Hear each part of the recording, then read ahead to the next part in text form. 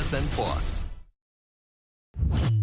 Is this what day is this? It's Mail It In Friday. Yeah, well, the dude abides. This is OverDrive with Hayes, Noodles, and the O-Dog on TSN 1050.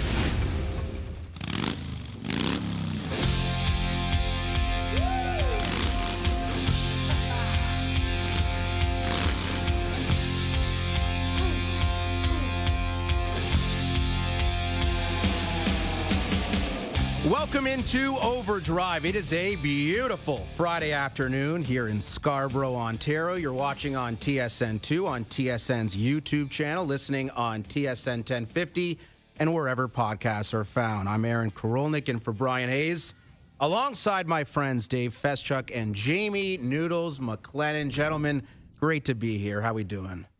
Oh, good. And how's everybody doing today? It is actually a beautiful day. AK, I don't know, Fess, if you guys have been golfing. You know me, I'm not a big golfer, but it looked like, or at least felt like it was golfing weather today. Noodles, I couldn't stomach the idea of playing golf today because I was glued to my phone waiting for the results of the Canadian Screen Awards. Whether or not our boy Brian Hayes was going to take down his first Best Host nomination, and James Duthie won for like the 17th time. Well, it sounds like he was runner-up, though. That's what I was definitely told. runner-up. Like very close, very close Very vote. close, Can you yeah. imagine there was transparency on those votes? Like whoever's voting for it. Dave, you probably know who votes for the Canadian Screen Awards, no? It's a very secret society that nobody is really privy to. So, but you talk about sporting dynasties, fellas. I mean, we're talking about, are the Panthers going to be a dynasty here in their third straight run to the Stanley Cup final?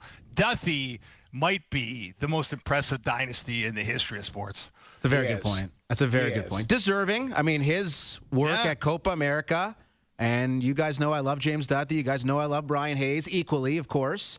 And I think both were very deserving. But James won by a nose this time. Maybe Brian's year next year. I hope so. I mean, that way I don't know how Monday's show's going to go now because if Brian loses and then I don't know. I don't want to start a rumor, but what did O shoot yesterday? A 64? But 64. I heard there might be a slight caveat with it. Like, really? So I spoke to Koliakovo this morning, and he confirmed the 64, said it was unimpeachable. So I saw I saw the scorecard, right? But I don't understand the score. There was an X beside one of them, which – I think it was believed his partner may have had taken the score or whatever, but they had given themselves a birdie. And usually if you get an X, it's a higher number. So I don't know, like it might fall under protest. I need clarification because I understand the cards, but not so much. And I want Brian Hayes to probably go through the card to see if Hayes, if O can back it up or whatever, or they might get in a fist fight over it. Who knows? But I mean, we all know O's an amazing golfer, and 64 wouldn't be a stretch for him to do it on a good day. But I do believe there might be one hole in question. That's what I'm concerned about. Lion Ted Cruz lies. Oh, he lies. When I spoke to Koliakovo, he was almost giddy talking about the round and said that there is video of the entire round. Like they had camera crews, and if you're unaware of what we're talking about, which some of you may be, there was an RBC Canadian Open NHLPA Day yesterday up at TPC Toronto ahead of the RBC Canadian Open, which begins next week. We'll be on live on location first up. That's my show, Monday to Friday, OverDrive, Wednesday to Friday, Golf Talk Canada all week. And they did some kind of tournament, and they recorded everything. So all those shots of O'Neill Draisaitl, I think he made 7 birdies yesterday. Yeah. That's all going to be available for public consumption at some point in time, and I think a lot of people are looking forward to it. I would love to watch it and go through the tape. I just want to see what the hole with an X beside it, what happened on that side. I am curious. Dave, you're a golf aficionado. What does the X mean? Yeah. Well, look, I mean, my son, who's also a golf aficionado, and I we were pouring over that scorecard last night after we heard O'Dog shot 64. We are not mathematicians, but we could not make the math work. We could not come up with 64 on that card because there was an X. Now, I think a forensic audit by the law firm of Hayes, Noodles, and Korolnik might be in order here because the thing is, there's something fishy going on. What concerns me, if you've got Coco using his fingers and his toes, like doing the adding up. Good point. We might have some, discrepancies. Put it that way. Could have been 74. Well, for all we know, with Kolyakovo keeping score. So but I think we might be burying the lead, guys. I mean, on the day that Brad Treliving came out and said the Leafs need to change their DNA, what does William Nylander do? Talk about performing in critical moments. William Nylander drains the birdie putt on the rink hole to win the NHLPA faceoff over Coco and O'Dog. How about that for William Nylander in clutch play? Well, I mean, so maybe Brad Treliving wasn't talking about him. Like I do actually want both of your opinions on it because it was kind of fresh when we went to air yesterday. So you're kind of going, okay. And after sleeping on it, I felt like I woke up with a little bit different interpretation. And I would ask, Festruck, you've been in those scrums. You've asked a lot of questions. You watching the press conference, were there any questions that were omitted for you that you would have liked either a follow-up or maybe liked? Because the DNA one was very interesting. And I think, if you look at it, Brad Treliving was being honest, and I respect that a lot.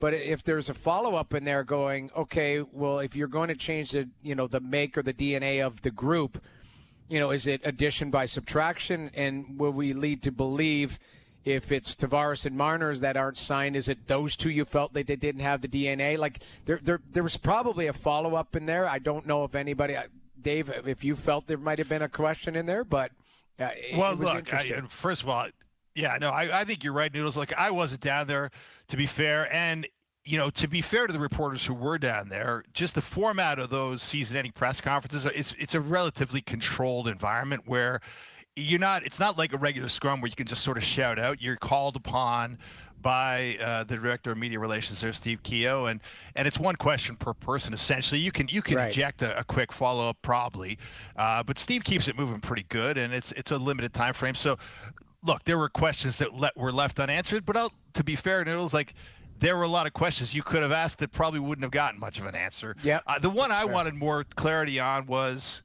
the Austin Matthews injury, because to me, this looked like a case of injury mismanagement by this franchise. We find out now that this guy had an injury in training camp and played game one. Played throughout the regular season. I missed some games and obviously made the trip to Germany to get the mysterious German fountain of youth treatment that didn't seem to work. But I just don't understand how, if this guy could be better in a few months, which he said at the end of the season he will be better in a few months, he's 100% confident he'll be fine with some rest. Why didn't he rest it out of the gate, fellas? Yeah. I don't know. And I don't, AK, I don't think anyone has an answer on that one. I think that's a very reasonable question. It almost ties into like what the Blue Jays announced today, right? Anthony Santander placed on the injured list. I think they called it shoulder inflammation. But that guy has been an abomination at the plate for the Blue Jays since signing that big money ticket in the offseason. And you're wondering, why did it take so long to put the dude on the injured list? I mean, he's hitting 180 and he's not doing anything. And you wonder if the Maple Leafs had been a little bit more proactive with Matthews, how that could have affected their fate in the postseason. Without knowing the nature of the injury, this is the frustrating part. Because, in fairness to what Treliving said yesterday, he said, they didn't feel like him playing could make it any worse. So it's basically like either pain management or, managing going forward. What scares me or worries me for this is if they're not talking about it. That's 2 years in a row Matthews has had an injury, and it's his body, and Treven said, he goes, it's individually if guys want to share the nature of the injury. So that's fair. But it leads me to believe that this could be chronic. Like, this could be something that reoccurs the rest of his career. That scares me.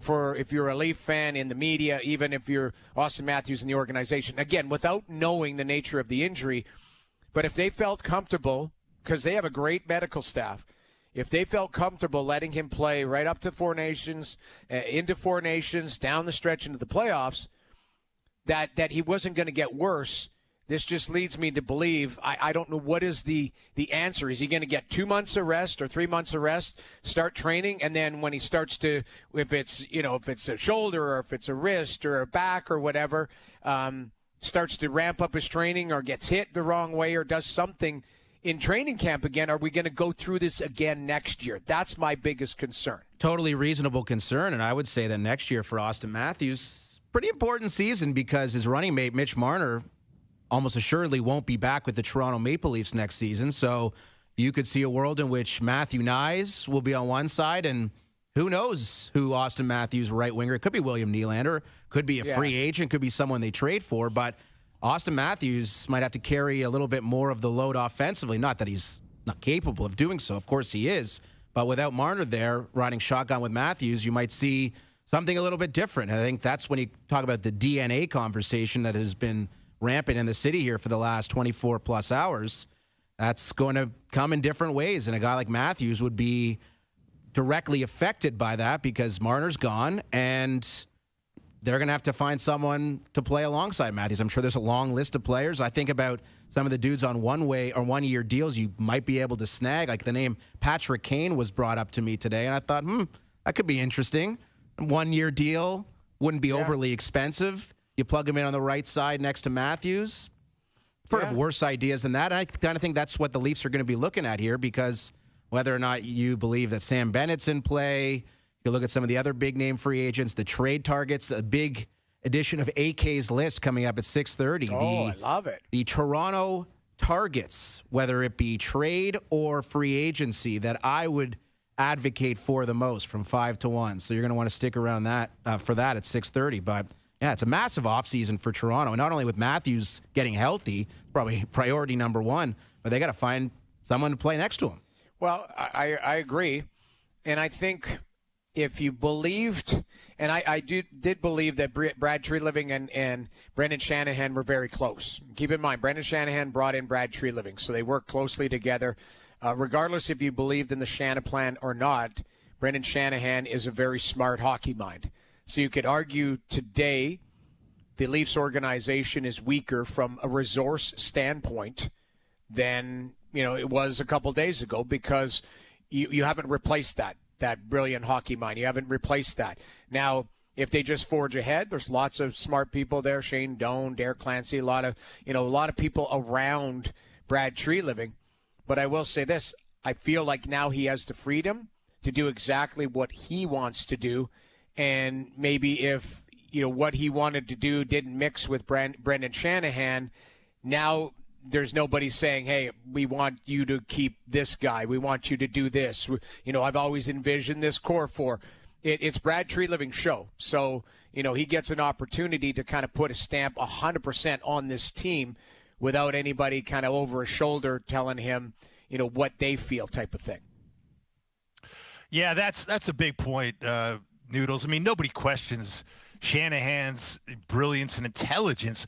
I think, what we came to question down the stretch of his run of 11 years in Toronto was his stubbornness. Right. And maybe his hard-headedness. What made him a great player and an incredible stick-to-itiveness, incredible belief in his beliefs. He believed in the wrong guys in the end, and that came back to bite him. But, the thing about you said, AK, I completely agree with. Like, there's going to be a lot more on Austin Matthews next season than just the weight of a brand new spanking C on his sweater. We're going away from the core 4 era. What are we going to call it? We're probably just going to call it the Matthews era, right? We got to come up with a name. We got to work team. on that. Yeah, we do need. I don't know if we're going to call it the Matthews Nylander team because it doesn't feel like Nylander is anywhere near as big a figure as Matthews. And to me, who he plays with, yeah, that's going to be important. But it's about how he plays. And I'm with you, Noodles. Like, that whole thing about it couldn't get worse, and that's why they played him through this injury throughout the season. Well, it couldn't get worse, but it didn't get better. And it didn't get better throughout the whole season. It makes you wonder if maybe it'll ever get better. We know he had a back problem before he started going completely silent on what particularly was ailing him. He's had a back problem. He's had shoulder problems. Obviously, we know he's had wrist problems.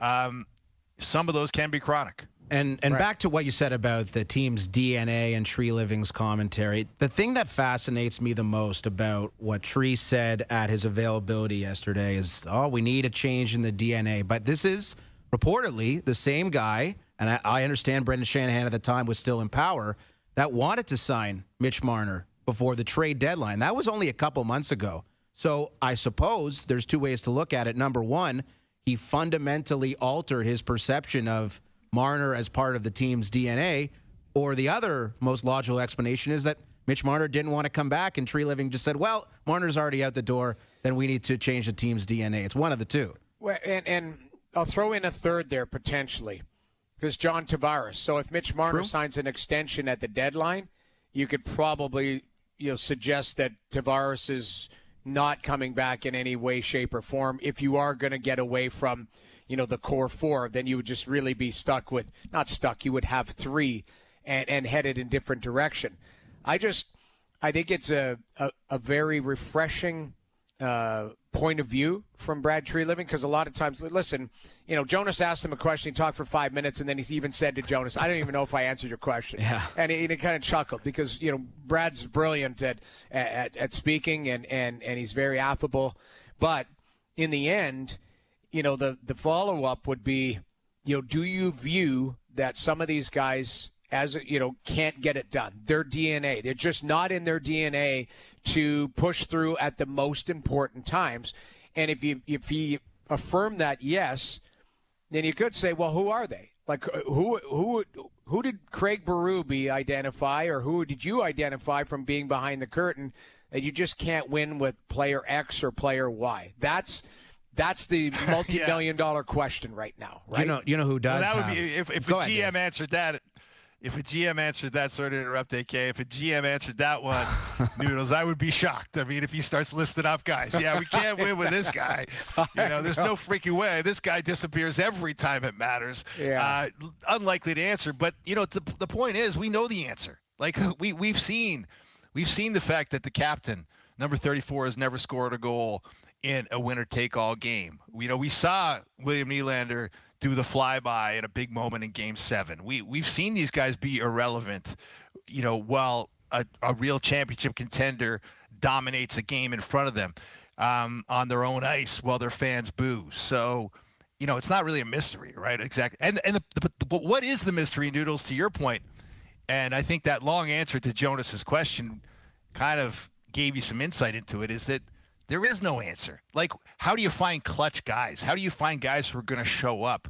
Like Brad Tree Living had Sam Bennett in Calgary and gave up on him. And now, albeit that was quite a few years ago, and he's a different player now than he was then, but he didn't exactly see the guy who's leading the NHL playoffs in goals in his own Calgary dressing room a handful of years ago. I'm not putting fault on that. I'm just saying that's what it is. Like, he was in Calgary, then Tree Living said, he ain't here anymore. I'm trading him for some other assets. So it's not easy to pick out the guys that are going to show up for you. And that Bennett example probably illustrates it best of all. There was a group of dudes last night in Dallas that definitely showed they have the championship DNA, and I'm talking about the Edmonton Oilers. What a performance. What a great game. I mean, so much controversy, and we'll talk a lot about Pete DeBoer's comments and his decision-making with regards to Jake Ottinger. I know you have a lot of thoughts on that, Jamie. I mean, what the Oilers were able to do, and again, Zach Hyman's out of the lineup, right? You wondered, all right, what's the trickle-down effect of that?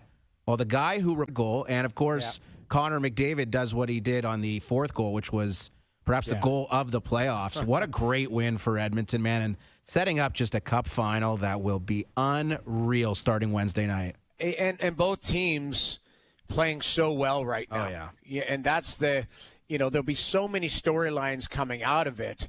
But you're right. Like, this goal by McDavid was all world. And, what I loved about it was Ray Ferraro's call. I don't know if you heard it, depending on what broadcast you were watching.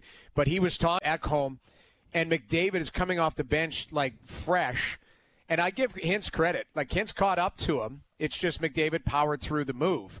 But there were so many storylines coming out of last night's game, from a positive standpoint for the Edmonton Oilers, because Stuart Skinner, yes, he did the Robertson third goal, I think got everybody a little bit tight. Fair enough, but Skinner looked rock solid again. Like he looks like that the team's working well with him and he's working well with them. But then it was, maybe not the cast of characters that you would expect, but Corey Perry at 40 years old, we ran a board on this last night on SportsCenter. He's over 40. He's got 7 goals at 40 and over in the playoff. Like, this is so impressive what he's doing. Like, and maybe this is a conversation for next week or whatever, but Corey Perry, a Hall of Famer? Like, I kind of feel like he might be. Yeah, I think he is. It's amazing. Like, this guy is 40 years old, and he's a rink rat, and he just loves it. And I think that a lot of us probably thought he was done 5 years ago. And all this guy does is go to the finals. Now, you hope that if you're an Oilers fan and you just kind of want to see a little retribution, that Edmonton pulls it off. But this Florida team's not going anywhere either. So I think it's going to be a hell of a series. Yeah, you talk about sort of what Tree Living was talking about how when the Leafs got down 1-0 in that Game 7, I thought this was illuminating for Tree Living. Basically, like, looking down from the GM's box at his own team, he saw a team that looked like it was down 4-0 in that moment to the Panthers. And you see the opposite of that in McDavid and Draisaitl, right? These guys, you look at the all-time list of playoffs points per game, and there's McDavid right behind Gretzky and Lemieux. And it's amazing that the leadership quality that guy seems to have of, I'm going to drag you along with me, guys. Like, and if you're not coming with me, I'm going to ream you out in the dressing room in ways we've heard and seen in various behind the scenes videos. We haven't seen any evidence of that in Toronto, guys. Like, we just haven't seen, it might have happened. We just haven't seen it. The stat with McDavid scoring 2 or more points in more playoff games than he's had 1 or 0 is simply preposterous. Think about that. That is insane behavior. Gretzky's the only guy, and Lemieux are the only guys that are close. Draisaitl, in 44% of his playoff games, has had 2 or more points as well. Again, what the Oilers have, and they work in conjunction, of course, are 2 of the greatest players of all time in McDavid and Draisaitl, playoff performers, without a shadow of a doubt. And they're going to need to carry a very big load to beat a team like the Florida Panthers. But there was a part of me, I don't know if you guys felt the same way, just watching McDavid score that breakaway goal last night, that had me thinking maybe this is just destiny for McDavid. And you hear the reflections back, Gretzky losing his first Cup final in 83, then winning in 84, and Crosby doing the same in 08 into 09, winning after losing. Yeah. Everything is lining up, but the opponent in Florida is a daunting one for Edmonton. I think these are the 2 best teams in the NHL at the moment, and I'm not sure anyone's even close. No, and you're right. Like, they've peaked at the right time. Health is still a question. Obviously, I felt bad. I don't know if you saw it online last night. They had clips coming out of the Oilers dressing room where all the guys were FaceTiming Zach Hyman, right? And, like, you can genuinely tell the guys miss him and love him, and he's a key part of that team. But here's, something just kind of on the side of that. Chris Knobloch is a really interesting coach. He really presses buttons. And you look at it, he could have easily gone 11-7 last night and said, you know what, I'm going to bleed Ekholm into the lineup and just play him, a couple shifts here or there because he hasn't played in a while. But he puts in Jeff Skinner. Jeff Skinner scores. He puts Ekholm in, but he puts Ekholm on the top pairing, which he is a top pairing defenseman. And Ekholm didn't look out of place. And what he does is get a game before he gets into the finals. Like, a lot of these moves by Knobloch, placing guys in situations to trust them.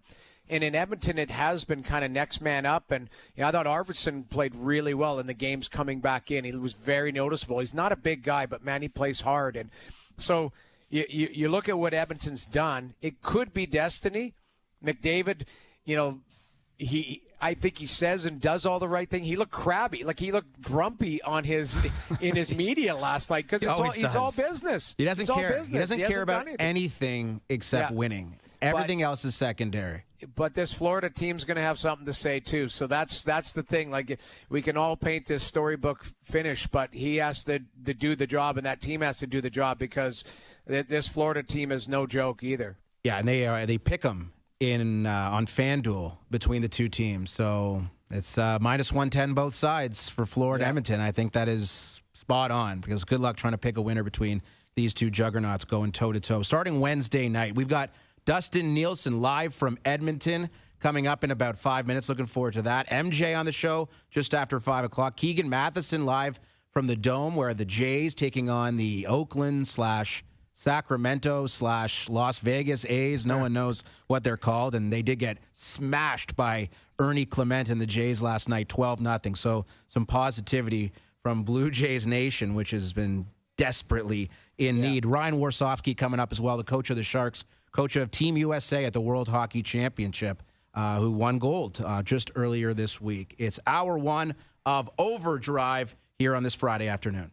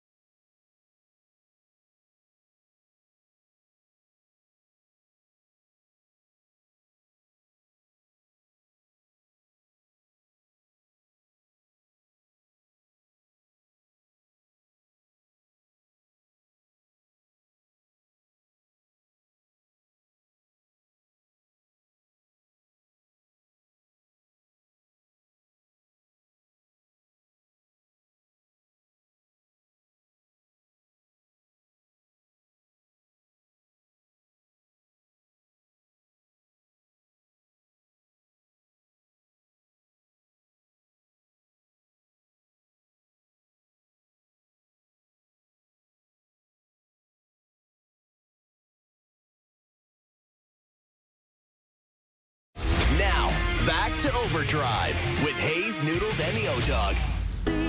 She sees her baby girl. I know she's gonna scream, God, what have you done? You're a pink pony girl, and you dance at the club. Oh, mama. Hour one continues here on Overdrive. You're listening TSN 1050, watching on TSN 2 and on TSN's YouTube channel. Pink Pony Club, the song that the Oilers play in the room. I'm sure your daughter plays Pink Pony Club all the time at your house. No, Noodles? Well, the best version I've heard of it was Keith Urban singing it. I don't know if you've seen that. That's a hipster answer right there. Actually, Keith Urban does a rendition of it, like on the guitar. It's unbelievable. I actually have never listened start to finish the actual real song. I don't even know who sings it. But Chapel Roan sings it. I know the chorus, put it that way, because it's played everywhere and people are fired up. And yes, my 12-year-old guarantee knows every word of it. But I like Keith. I saw it. It came across like, I don't know, YouTube or on Instagram or something. I watched him. He was unbelievable singing it. A lot of covers of Pink Pony Club out there because it's a great song, and the Oilers love it too. And all they have to do is play it 4 more times in the room, and they will be Stanley Cup champions. Yeah. And I'm sure our next guest is very cognizant of that. He is Dustin Nielsen from Edmonton Sports Talk. He's the president, the Nielsen Show, and the CFL on TSN. We'll bring him in just a moment. But there he is. Oh, there's Dusty. There he is. Look at this guy. What's up, Edmonton boys? Sports Talk. He's got the hat on. What's up, man? You got to represent the brand. I'm actually just right when I'm done with you guys, I'm going to get a haircut for the first time since right before Grey Cup. So it's time to get her mopped up. I got to be a fancy TV boy for CFL next week, so I got to clean myself up a bit. You do. So I know it's extremely hot in Edmonton right now. What is it, like 35 degrees every day? But I mean, I'm sitting in a black pickup truck right now, so it's like 45 degrees where I am right now. I can't even imagine just the level of excitement for this upcoming series after everything we've seen from the Oilers here since the first 2 games against LA. I mean, this team has been dominant. They throttled Dallas in that series. I mean, how are Oilers fans feeling at the moment, Dusty? They're pumped. I mean, they should be. You're right. Like, they killed Dallas. They've won 4 games in a row by 3 goals or more. And it was it was closer than that, but that's how it ended, right? 4 straight games with 3 goals or more after falling apart in game 1, or it would have been maybe just a sweep. And you mentioned it. The first 2 games against LA were awful. They didn't look like a team that was going to get back to the Stanley Cup final. But since then, the only 2 games they lost was the one against Vegas when Draisaitl put that puck into his own net, and then that penalty kill collapsed at the beginning of game 1. So they defend so much better than they have over the last few years. And I think there's a belief in town that Connor McDavid will refuse to lose in a Stanley Cup final this time around. So they're excited. Florida's obviously a different animal than I think anybody they face in the West, but good reason to be excited here right now. So Dusty, you talked about the start against the LA Kings. You and I talk a lot, especially down the stretch. It didn't look good. I mean, there was injuries. Stuart Skinner was injured. McDavid was injured. Draisaitl. I mean, there was all different question marks. Frederick. I even John Klingberg, I think, was wearing a ball cap for the most. But how did this all come together? And is it just was it almost like Game 3? There's a TSN turning point, or if you have to go back, could you point to one thing that goes, okay, that changed the fortunes of either their season or their playoffs here? Yeah, I mean, you're right, Noodles. Like, we talk every week, and down the stretch, the whole question was, well, can you just flip a switch? Can you just flip a switch? And it didn't seem like it'd be reasonable for even a good team to flip a switch. But, game 1 against the Kings happens, and then in game 2, they get Kane, they get Frederick, and then Klingberg. We didn't even talk about Klingberg as a possibility to really play in the playoffs, let alone factor in as much as he's had. I think what you have to look at, we still talk about the Jim Hiller coaching challenge in that King series. And then the fact, I mean, if Byfield just clears a puck past Bouchard, the others, they would have been down 3-0 in that series. So, kind of got fortunate there in game 3 against the Kings. But since that moment, they haven't looked back. And Dallas just isn't built to beat the Oilers. I was more worried about Vegas than I was about Dallas. And the Oilers have just owned Dallas for a couple of years now. So, they managed to get some bodies healthy. it's weird going into the playoffs, like in game 2 of the playoff, putting together a lineup that had not been together all year. Like, that's risky. But it's worked out very well, and Knobloch's got a good feel for the group. He is Dustin Nielsen, EdmontonSportsTalk.com, The Nielsen Show. And you mentioned Knobloch. That's where I wanted to go next because seemingly the man could do no wrong at the moment. Hyman gets hurt. It's like, all right, why don't we just move Corey Perry up to PP1? Oh, well, we need a spot in the lineup. Jeff Skinner, come on down. Yeah. Both those guys score last night. Matthias Janmark scores for the Oilers. You see Evander Kane scoring. The dagger late in the third period. I mean, Chris Knobloch deserves a lot of credit for what's going on with the Oilers, no? Yeah, Edmonton Sports Talk exists to talk about line combinations and, like, criticize coaches. But after he brought in Kapanen, and I remember when he was putting Kapanen in the lineup, I was like, wait, like, Kapanen? Really? Like, this is the move? And Kapanen's been great. In fact, Kapanen had the most goals by a Finnish player in this last series. And think about the Finns that were on Dallas. It's ridiculous. But Kapanen managed to do it. So the moment that the Kapanen thing worked out, I've just said on my show, like, I mean, I got opinions, but I will not criticize Knobloch for any decision he makes with the lineup because it's been masterful. It's been a masterful performance. I mean, the Skinner thing's wild because we didn't think he'd even play another game. And then when they lost Hyman, I think a lot of us thought they might go 11-7 before even putting Skinner in. And then he puts Skinner in and he scores like 8 minutes into a huge game. So whatever he does works. It's almost beyond criticism at this point. I think most of us would look like idiots if we call out any of his moves because he's and even he admitted to it. We were talking about this the other day. Like, he talked about it starting in the playoffs that they tried a lot of different line combinations through the regular season. And he actually said, he goes, probably even more than we should have. Like, we probably moved things around too much. And now they've sort of locked it in. And everybody's contributing. And, I mean, that's what you're going to need if you're actually going to finish this job. Dustin, the Leafs could probably say a similar thing to Jim Hiller in L.A. They could have had the Panthers down 3-0 in their series against the Panthers. Had a 2-0 lead in that game, had a 3-1 lead in that game, couldn't hold on. And the talk around Toronto has been about the DNA of the group. And, you know, Brad Treliving, the GM, was trying to put his finger on yesterday, you know, what this group needs in terms of playing well in the critical moments. What do you observe about this McDavid, Draisaitl-led team? Like, can you kind of get inside that a little bit? And what is the quality that those guys bring? Is it them dragging their teammates along? Is it them injecting their teammates with inspiration and making guys better? How do you see that? You know what? I think with what this team's been through over the last few years, and for the most part being together, you know, I'm not going to take away anything from the leadership of McDavid and Draisaitl, but I think the core of this team has been together. Like, they've all been through it. I think if we had to put a finger on what those guys have done best for this team, and you know, a DNA or a culture perspective, is they've remained extremely calm through the ups and downs over the last 2 years. Like, McDavid and Draisaitl, there is no panic in those guys after any of these 4 losses so far in the playoffs. You know, they get sick and tired of talking about defense. And they get sick and tired of this and that. But like, those 2 guys are on a mission right now. Like, it is all business. After last night's game, it was all business. McDavid was angry. Like, he came across as angry after they knocked off the Golden Knights in 5. You're just like, man, it's okay to like smile a little bit. But I think, you know, we saw the disappointment last year, and Connor McDavid just seems like he's a man on a mission right now. And I think that's an easy guy to buy into.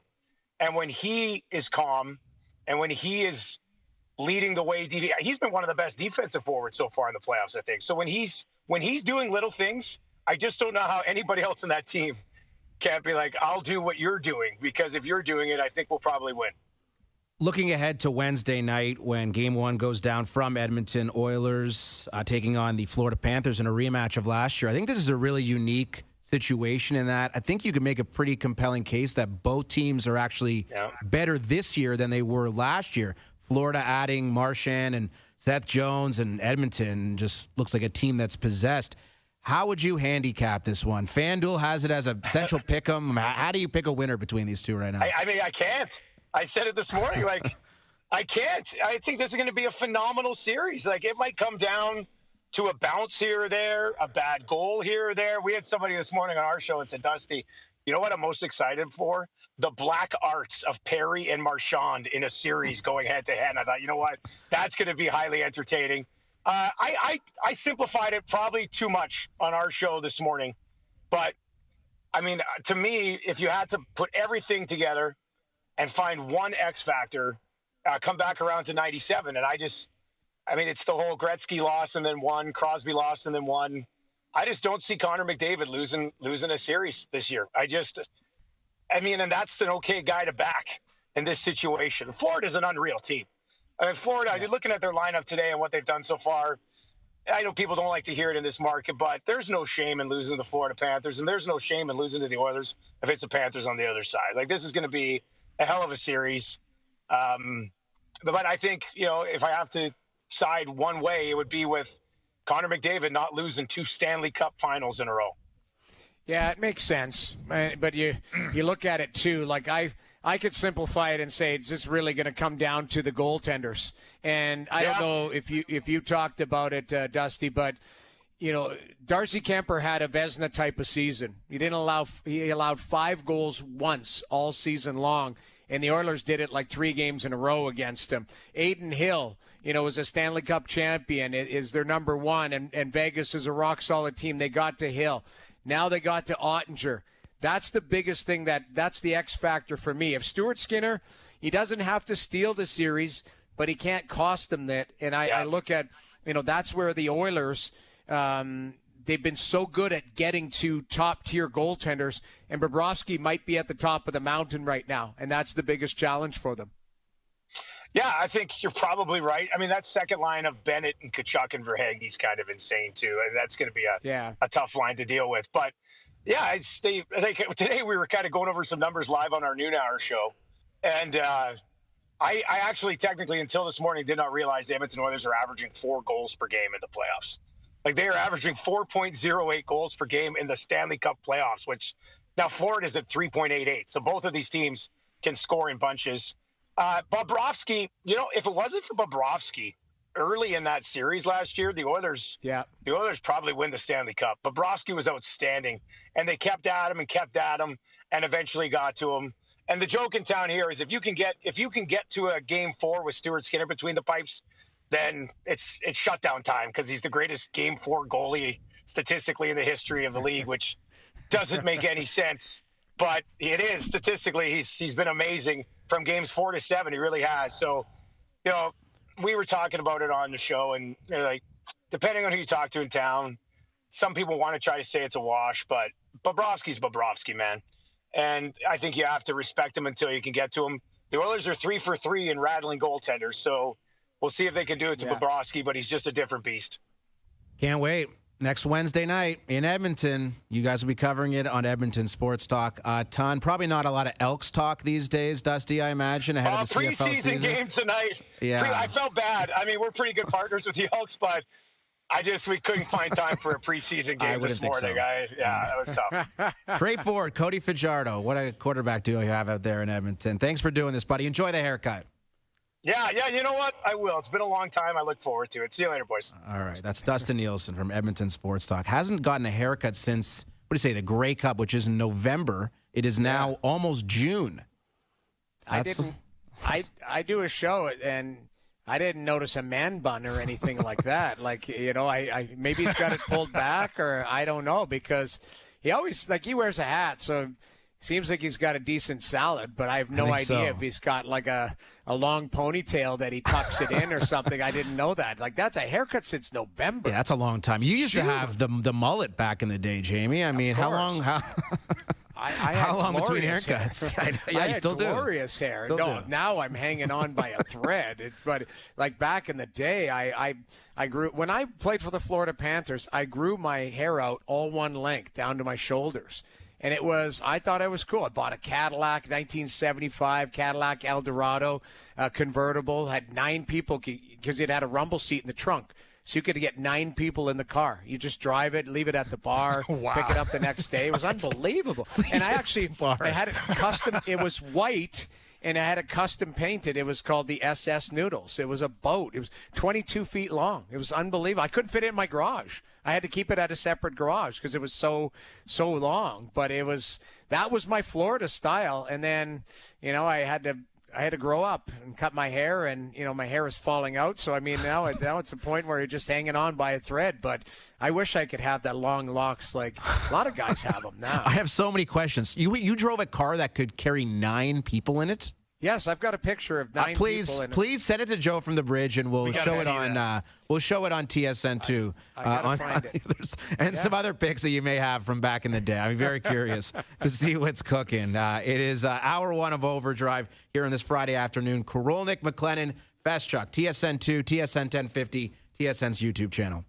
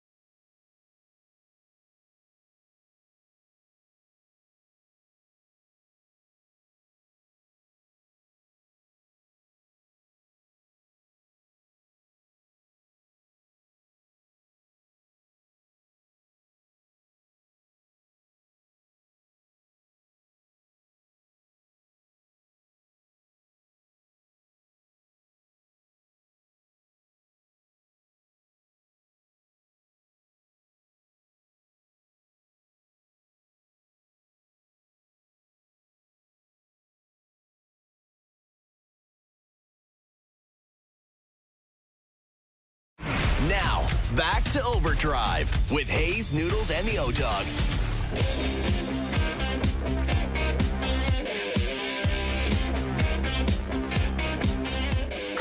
Overdrive is brought to you by FanDuel, bringing you everything from the opening line of the final score. Korolnik, McLennan, and Feschuk. Thought it was a little peculiar, Noodles, that Joe from the Bridge already had the picture of you in your, what'd you call it, your Rumble car? Yeah, the rumble seat in the trunk. There it is. There. That's what it's called. Nine people in the car. 9 people. Now, Struddy's directly behind me with the hat on. I'm driving there with the toque. I had a John Deere toque that I would drive with because, I don't know, I don't drive it at night. It gets a little cold in Florida if you're driving at night with the top down. In the middle, Blair Betts is right beside me. Blair played in Philadelphia and in Calgary. His wife is one in the middle. Struddy's wife is there. And my best buddy in the middle in the second seat, he passed away in 2009, but that's him, and his wife is the third girl in the trunk there. So wow, what a picture. There's 9 of us. We were heading out for dinner. Jumped in the SS Noodles. That's old school, man. And sometimes in downtown Toronto, there are those like pedal bike pub things that people drive around. I don't know if you guys, in Nashville, they're very common. Yes. In Toronto, they have them as well, but you're not allowed to drink, which confuses me as to why you'd want to jump on one, understandably so. Those are the only vehicles that can rival the SS Noodles, in my opinion. Yeah, well, I've left Noodles, that. how much did that thing cost to fill up?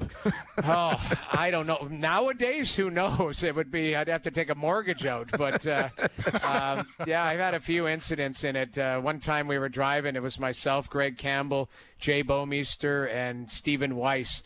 And we were driving down the beach, and there was, like, black smoke coming out of the hood. I was like, what is going on? Is the car on fire? And I had an incident, too, where I was driving about 65 miles an hour down the highway, and I went to press, and I had no brakes. So I had to run it off the road, and it was a scary situation. I had to go off the highway, up a ramp to try and slow it down, and as I was heading towards the lights, there was a guy with a sign, and maybe a homeless guy or wanted money or whatever, and I was screaming at him, get out of the way, because I was trying to run the car into the curb to slow it down, and then the car got up on the curb, and he had to dive into the bushes, and I went into an intersection and down a hill. I ended up stopping in a Walmart parking lot I just circled it to a stop because I had no brakes. It was crazy. Like the brakes went on it. I guess you shouldn't be driving a car from 1975. No, I don't think so. It was certainly an interesting ride, put it that way. I loved it, but it was a few times it was a death trap. It sounds like it. A little bit dangerous, but I mean, the 9 people is what really gets me. Oh, but it was I awesome. love it. It was awesome. You think Max Scherzer drove one of those cars back in the day? I mean, he's getting up there in the years. Maybe he could have had something like that. He's into his 40s. Well, good news. Max Scherzer did throw a live BP today down at Rogers Center. So 25 pitches on the road to recovery is Max Scherzer as one free agent signing goes on the IL in Santander. Another seems to be close to making his return to the lineup. So good news for the Jays as they get ready for the A's tonight. They need it, though, don't you think? Like, they need something. Like, yes, a big win last night. Yep. But, they need something positive. They got to go on a streak, like, win 5 of 6 or 8 of 10 type of thing to really get us buzzing about them. Because I honestly, like, daily, you're like, they lost again. Oh, they won one. And then, but it is a good story. I mean, Bo had a home run the other night, and Vladdy had a dinger. Like, it was dinger galore yesterday, but I'm happy for them if they can settle in and get into a groove. Well, let's hope it turns out, the way that fans hope it's going to turn out, with Santander getting the sit down he needs here, right? Like, AK, you and I were on the morning radio yesterday, right? Talking about, like, why is this guy who clearly is struggling with an injury in the 2-hole, and why is he in the 2-hole? Why is he even playing if he's injured? I mean, it's May. I mean, sit him down and get him rested and right for the stretch run. And they finally came to their senses, the Jays, and they decided to do that. They call up Alan Roden, so he'll be on the roster tonight ahead of the game against the A's. We've got Keegan Matheson joining us at 5:30. Looking forward to that. Ryan Warsofsky, the coach of the Sharks, who might have the most interesting hockey DB page I've ever gone through. Some leagues I've never heard of. Ryan Warsofsky. We'll get into that when he joins us just after 6. Mike Johnson, TSN hockey analyst on the Oilers, on the Stars as well. We got to get into this DeBoer Ottinger fiasco from last night, and I had looking to the Stanley Cup final as well, which begins on Wednesday night. Korolnik, McLennan, and Feschuk on this Friday afternoon. It's Overdrive, TSN 2, TSN 1050, TSN's YouTube channel.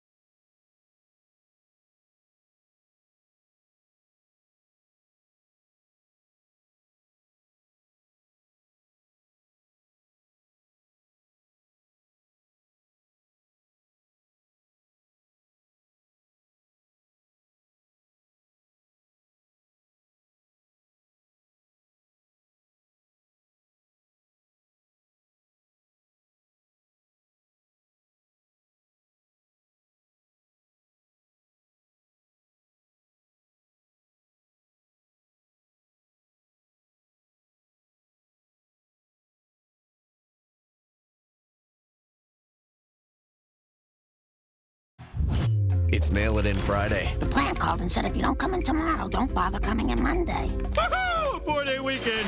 This is OverDrive with Hayes, Noodles, and the O-Dog on TSN 1050.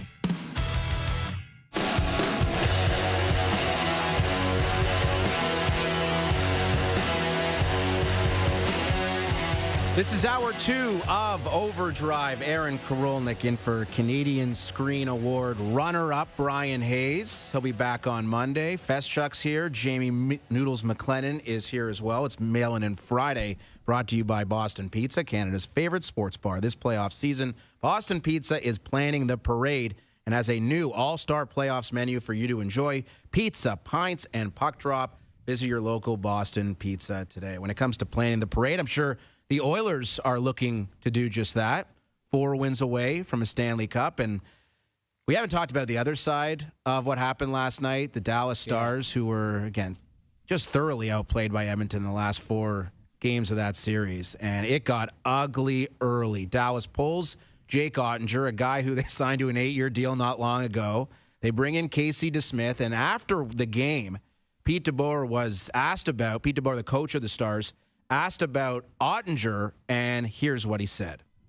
I didn't blame it all on Jake, but the reality is if you go back to last year's playoffs, he's lost 6 to 7 games to Edmonton, and we gave up 2 shots on 2 goals in an elimination game. So, it was partly to spark our team and wake them up, and partly knowing that, status quo had not been working, and that's a pretty big sample size.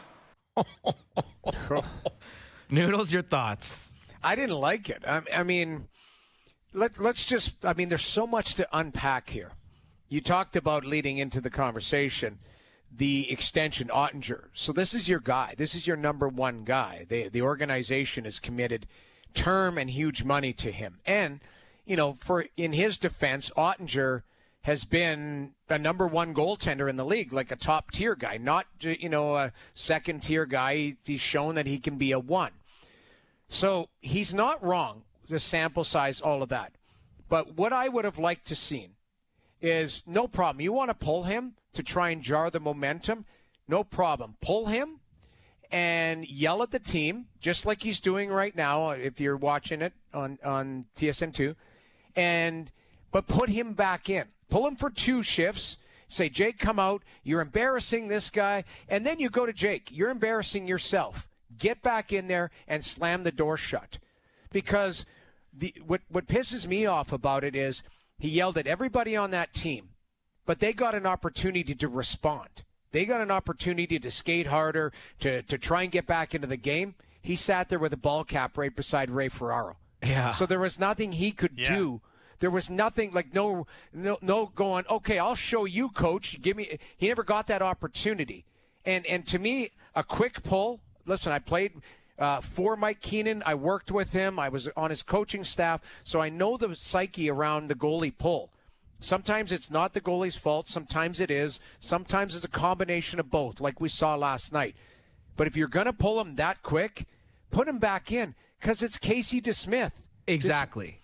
Another thing I took issue with is, it was a tap-in for Corey Perry on the power play, and then the second was a horrible line change for Dallas that let Janmark just walk in alone. Right. He didn't allow a couple of Joe Nieuwendyk on Patrick Lalime goals here. No. Sorry, Patrick Lalime. You always catch shrapnel anytime I'm on the radio. Well, but I just didn't understand the logic there. And I listen, if you want to pull him for the sake of, all right, it's going to spark our team, gives him a little reset, that's fine. But then he went back and was talking about how, the history, this and that. Those 2 goals aren't on Jake Ottinger. It's on your team in front of Jake Ottinger. Well, I just thought it was a bizarre way to end your season. Yeah. Because this, to me, forget about recapping what just happened. Now DeBoer is doing damage about what could happen next year, right? Planting this seed that somehow Jake Ottinger lost 6 of the last 7 games to Edmonton. No, he didn't lose. The Dallas Stars lost, okay? Yeah. He actually had the math wrong. They've lost. Jake Ottinger's been in the net for 7 of 8 losses in their most recent meetings against the Oilers. But guess what? in those 7 losses, the Dallas Stars have scored a combined 9 goals. So, it's, big sample size, but a very small amount of run support from his teammates. So I don't know how you hang that one on the goalie, Noodles. And I'm not a goalie hugger by any measure, but this was bizarre to me. I like I said, I understand the start of it. I just dislike the end of it. And okay, even if you feel like you screwed up with the pull and you didn't put him back in and whatever, you don't need to double down in your media after. Like, that's the thing. Like I would have been fine just saying, you know what? Yeah, I didn't feel like he had it tonight. Our team obviously didn't have it, but we're going to reset this summer, and we're going to come back even better next year. He doubled down on it and goes, well, you see, we've got enough data here, 7 of 8 games, 6 of 7. I'm like, oh, you're just – now what you're going to have to do, to your point, Dave, is damage control. He might have to fly out to where Ottinger lives in the offseason and have a beer with him and go, okay, like let's start over here, because they have to coexist. And because they just signed Ottinger to a long-term deal. He's not going anywhere. If anybody's going, it's DeBoer. It's not going to be Ottinger. So I understood the pull. I thought he should have gone back into the net. That was the difference for me. Yeah, and then obviously what he said after the game raised a lot of eyebrows around the league, and I'm sure our next guest feels the same way. Joining us on the Maple Toyota Hotline, TSN hockey analyst Mike Johnson. MJ, when you saw Pete DeBoer go on the podium last night and say what he said about his goaltender, what was your reaction? Unnecessary. Like, why? Yes. Even if you believe that in your moment, even if you're frustrated and just, come on, we need a save, the season is over. There's no upside to doing it. They can only hurt you. And so I don't know why. I appreciate the honesty and the candor, but I just was like, why? I don't know what it is. And it's very true. Between the two of them, it's Ottinger that will have the longer run in Dallas than Pete DeBoer. So maybe he doesn't care. Maybe he was just so frustrated at the loss that he just, lost his cool. But just to say exactly what Noodles just said, I wanted to switch it up. We were down early. He didn't look sharp. But we know he's a great goalie. He's always going to be, we believe him 100%, whatever, some throwaway nonsense. And then you move on. But to go big enough sample size, he ain't getting it done. Yeah, and then also, sort of not even telling him in the moment, AK. You have a timeout, and I understand you want to rally the troops and get them together, but you can let the guy know, hey, you're out as well. Tell Casey DeSmith to get ready. He didn't even do that. He waited for the Andre to head back to the net. Be like, no, you get out of here. It was just the whole thing was not – it was clumsy the way he handled the whole thing. Yeah, I agree. It's a great word for it. Now, I've been the guy where the coach yells down to the end of the bench. So I've been the guy coming off the bench, right? And I would always joke, there's times where a goalie give up 2 quick goals and then I'm sitting there on the bench painting myself invisible going, I don't want to go into this. I don't, so you're hiding behind a player. And I remember one time where I was backing up Hexy, Ron Hextall. I was with the Islanders and we were playing in St. Louis, but I was the backup. And the backup had to sit at the other side of the rink behind Curtis Joseph and literally in the Zamboni doors. And what happened is Hexy allowed 3 goals in whatever it was, 8 minutes, and then attacked Peter Nedved. So it all hell was breaking loose.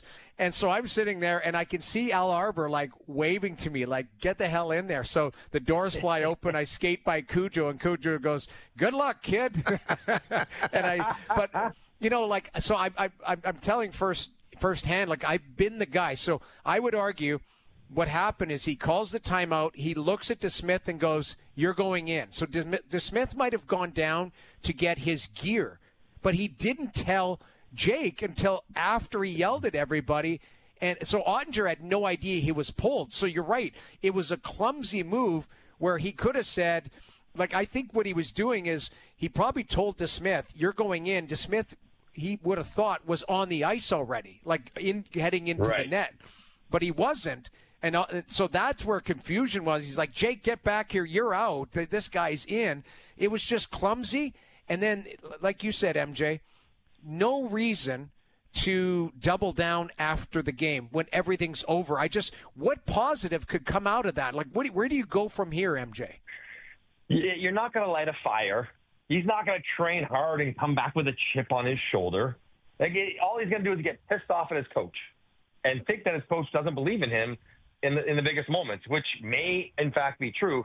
Where it goes from here is it's going to make the next 2 weeks to 2 months more uncomfortable than it had to be. Because now in exit interviews, what do you think that's going to be like between DeBoer and Jim Nill and Jake Ottinger, who was just finishing his first year of an 8-year contract? Yeah. That's going to be damage control. You talked about maybe needing to fly out to see Jake wherever he's at in the summer and go fly fishing with him and say, hey, you know what, sorry about it. We believe in you, whatever. That's where it's got to go because Jake Ottinger's not going anywhere. Jake Ottinger is going to be the goalie in net the next time Dallas plays an important playoff game. And Jake Ottinger, quite frankly, he's going to have to play better in the playoffs than he's played the last few years. That is also true. So, there is some merit in, the facts are the facts. He didn't play great in these playoffs. That's not the only reason they lost. It's probably not even the number one reason they lost. But two things can be true.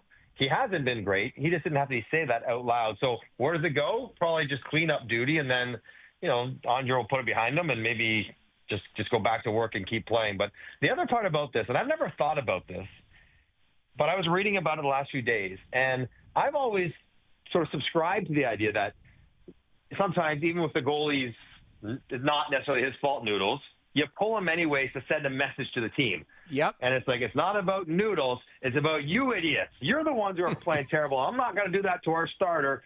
You guys wake up. I'm protecting the goalie. I'm pulling it to wake up the team. And I always sort of thought, it makes sense. And that feels kind of like something that would be true. Except apparently the data suggests that it's not. Like the idea of a pull to get the team to play better is factually untrue. It doesn't have that kind of impact. So I've never thought about that not being correct, but maybe it wasn't. In fact, Dallas was scored on again to make it 3-0 by Jeff Skinner of all people with his first ever playoff goal. So it's not like the pull and putting DeSmith in worked in the short term because Dallas got scored on again, which apparently runs true to historical norms. Mike, the Stars, they got killed by Edmonton. Let's call it what it is. And Carolina did not fare well against the Florida Panthers. Is that a testament to the greatness of the two teams that remain, or maybe some shortcomings when it comes to Dallas and Carolina? I go positive here. I think you should really celebrate the excellence of Florida and of Edmonton. You look at Dallas's roster and how good they appear to be. And they were manhandled. They couldn't get anything done against Edmonton. And now Carolina is maybe a bit more of a peculiar case given some of their history. But, Florida went through Tampa. We know how good they were. One of the best teams in the league the second half of the season. Made that look easy. They got through Toronto, the fourth best team in the league. Say what you want about their shortcomings. Still a pretty good team. And they completely dominated Carolina. I think what is clear, the two best teams are in the final. And what is clear is that they're the two best teams by a little bit. There's no real debate that any other team in either conference was close to as good as these two teams are, which makes it great that they're going back for a second year at it. And I guess the last several times that teams have gone to 2 in a row, both teams have won. So that would bode well for Edmonton, second time through here, that they would be the winners this time. Now it's the same two teams again. MJ, if you're a player in the Maple Leafs dressing room and you happen to tune in to Brad Treliving's season-ending press conference yesterday, and you hear him say the phrase that is now famous, "We need to change the DNA of this team," how do you interpret that?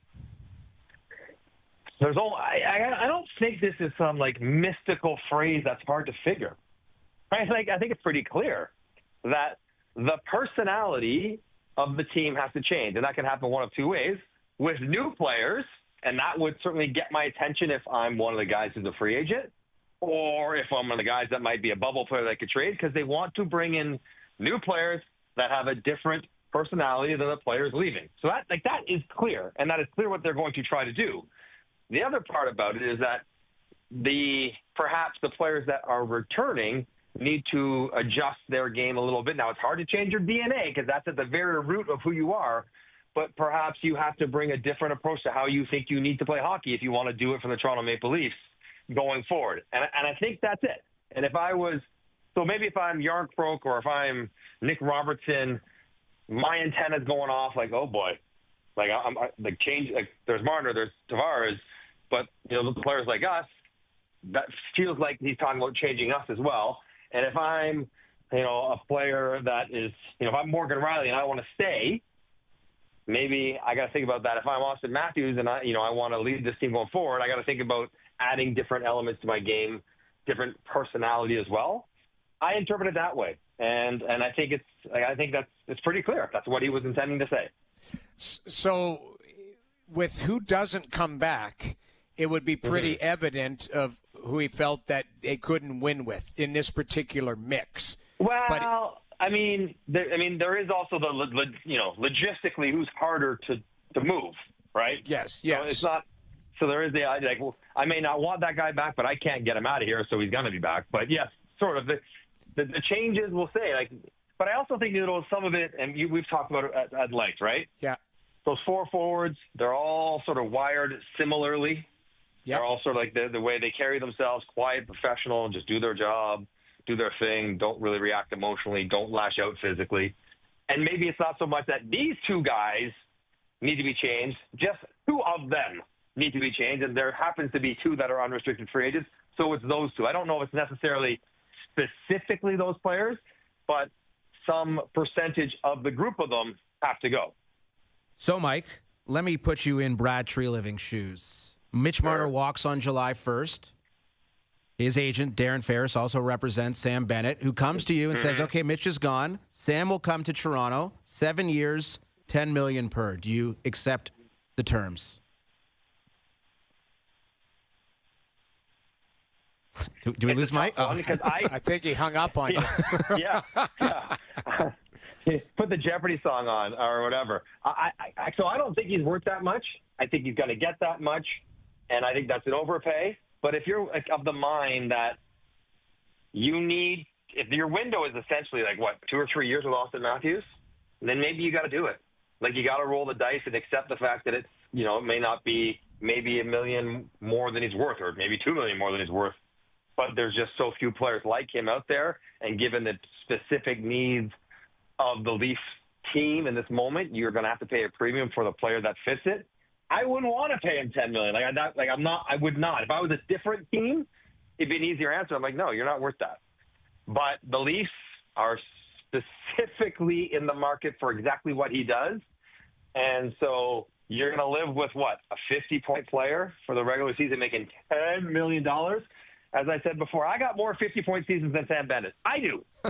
So, he's not a guy who's going to set the world on fire until the playoffs. And you watch him play, and he's what the Leafs need. He's what they are desperate to add.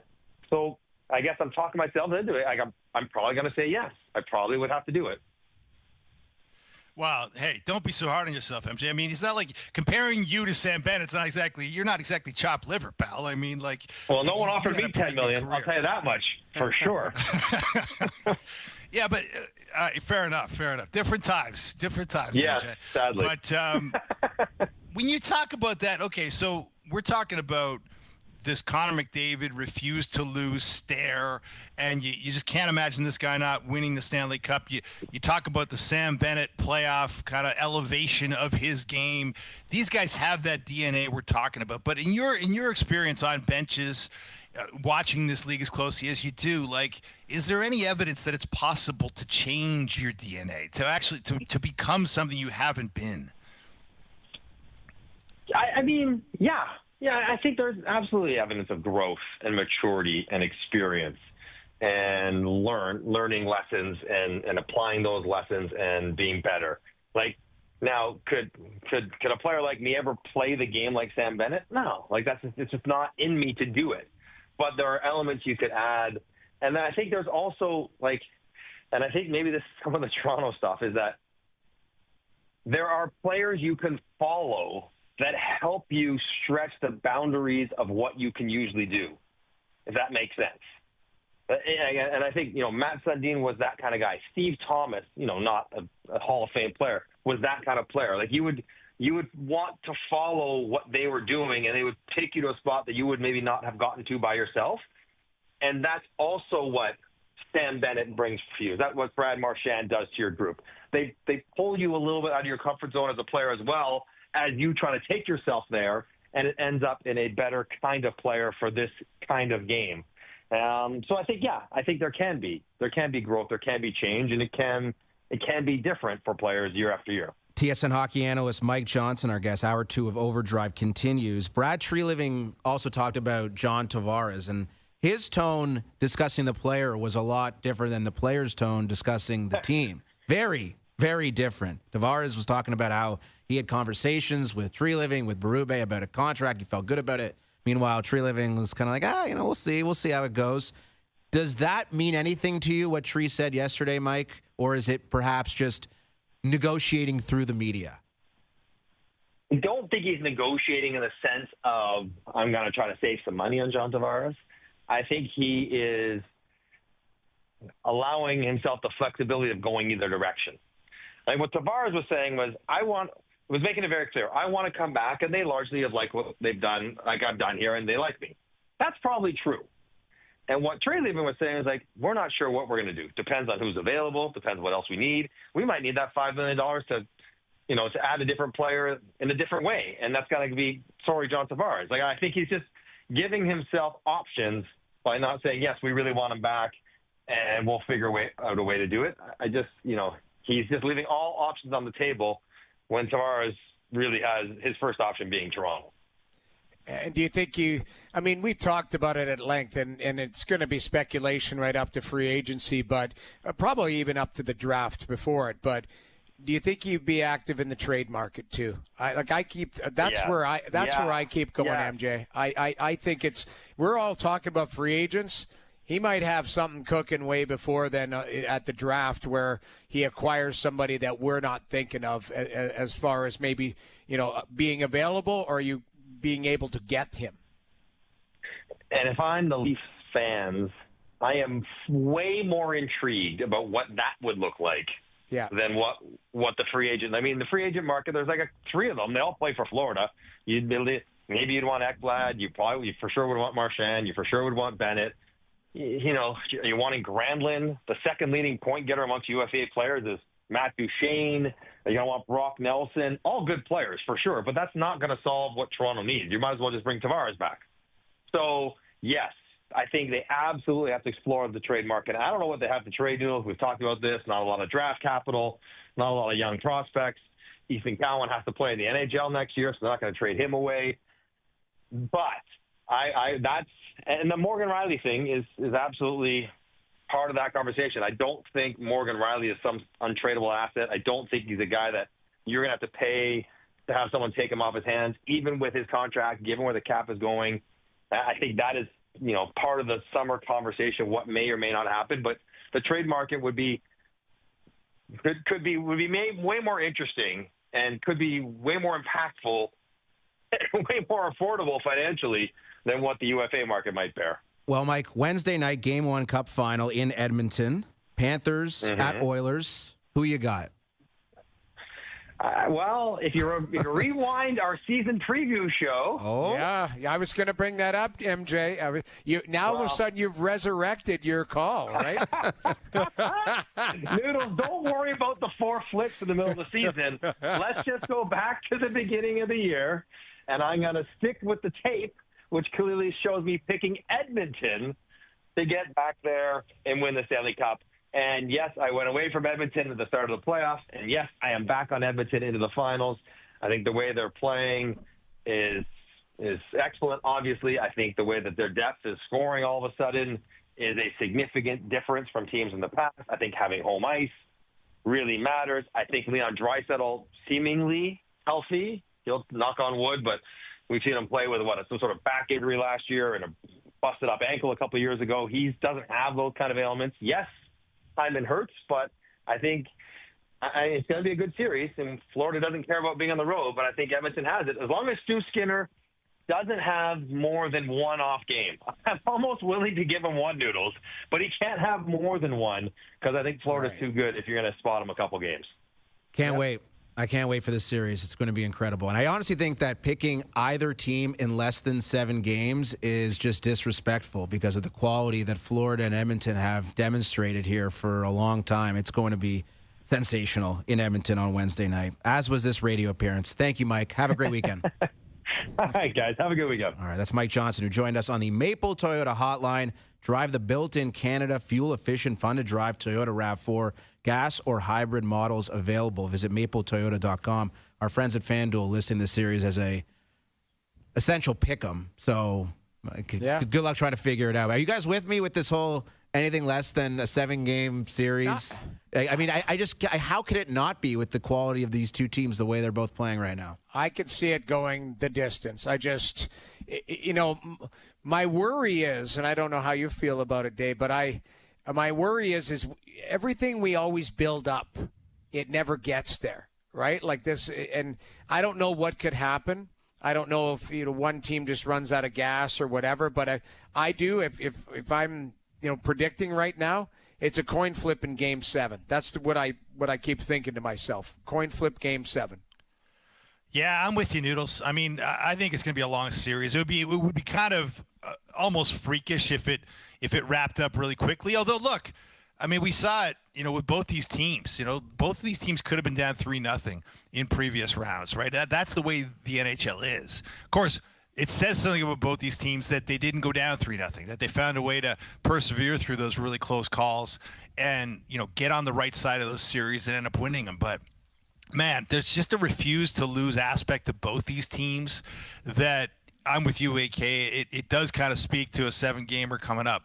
It's a great point you make about both teams being down 2-0. I think back to the 2019 Raps, who were down 2-0 in Milwaukee in overtime in Game 3. Could have easily been down 3-0 if they had lost that game, but they come back and win the next 4. And, of course, the rest is history here in Toronto. It could very well apply in Edmonton or in Florida. It's hour 2 of Overdrive Friday afternoon. Keegan Matheson coming up on the other side, down from the Dome. Max Scherzer throwing some live BP, some news on Anthony Santander that is not overly positive. We've got Ryan Warsofsky coming up, the coach of the Sharks, coach of Team USA at the World Hockey Championships. He'll join us in just over a half an hour. We continue with more hour 2 after this.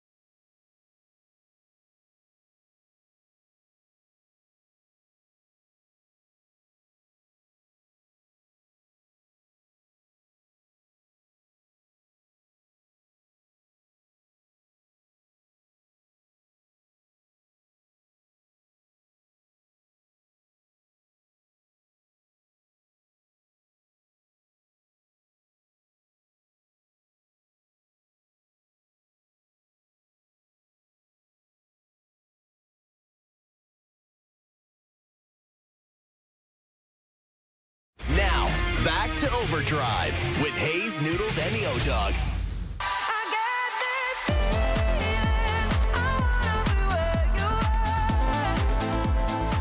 Overdrive is brought to you by FanDuel, bringing you everything from the opening line to the final score. Korolnik in for Hayes. That's Jamie Noodles McLennan, Dave Festruck from the Toronto Star. And speaking of FanDuel, I wonder what the over-under would have been for runs scored last night for the Jays heading in, considering they had scored 6 runs in their last 6 games. So it's only natural they score 8 runs in the second inning, right, Dave? Saw it coming, AK. Hey, it's good to have the Sacramento A's to kick around, isn't it? The Sacramento A's. I think when they're in Vegas, it'll be a cool scene. But right now, I mean, being a baseball nomad is not a situation that anybody wants. I mean, we saw it with Tampa, right? In that college ballpark they play in. And now the Sacramento/Vegas/Oakland A's are in town. The Jays throttling them last night, and we'll see what's in store tonight. To discuss that, as a man who covers the Blue Jays for MLB.com, I actually got an email about a book signing event next Thursday night for Keegan Matheson. Wow. You guys get that email, or is it a little awkward? Yeah, we weren't on the email list. I saw it. Keegan, Doesn't get any bigger than that in downtown Toronto. Agreed. I hope I can be in attendance. Thank you very much for the invitation. And it seems like, at least for one night, there's some more positivity with this baseball club. For a while there, for more than a week, it was really ugly offensively. What does this outburst, if anything, mean going forward for the Toronto Blue Jays, Keegan? It's another start, guys, but they've had a lot of starts. They've been back to 500, it feels like 100 different times. They've been hovering around within 2 games of 500, either above it or below it, all season long. And this big win, last week's big win over the Padres, that sweep of the Padres, it felt like something. But this team is also very difficult to trust right now. Even when you do get a big win like this, it's the A's, but whatever. They're an MLB team. They all count. When you do get a big win like this, it's still hard to trust that as a jumping off point. You need to see it for a week. You need to see them get 4 or 5 games away from 500, ideally. But you can't knock it. It was a great performance. It's exactly what they needed coming off that road trip. That was tough baseball to watch. I don't think anybody enjoyed watching any of those Rays or Rangers games. So step in the right direction, but they need a few more. Well, speaking of tough to watch, Keegan, Anthony Santander this season, 50 games played, 55 strikeouts, hitting about 180, and now on the DL with apparently a shoulder problem that was pretty evident in the most recent handful of games where he just wasn't hitting at all and didn't look like anywhere near the guy the Blue Jays paid $92 million for.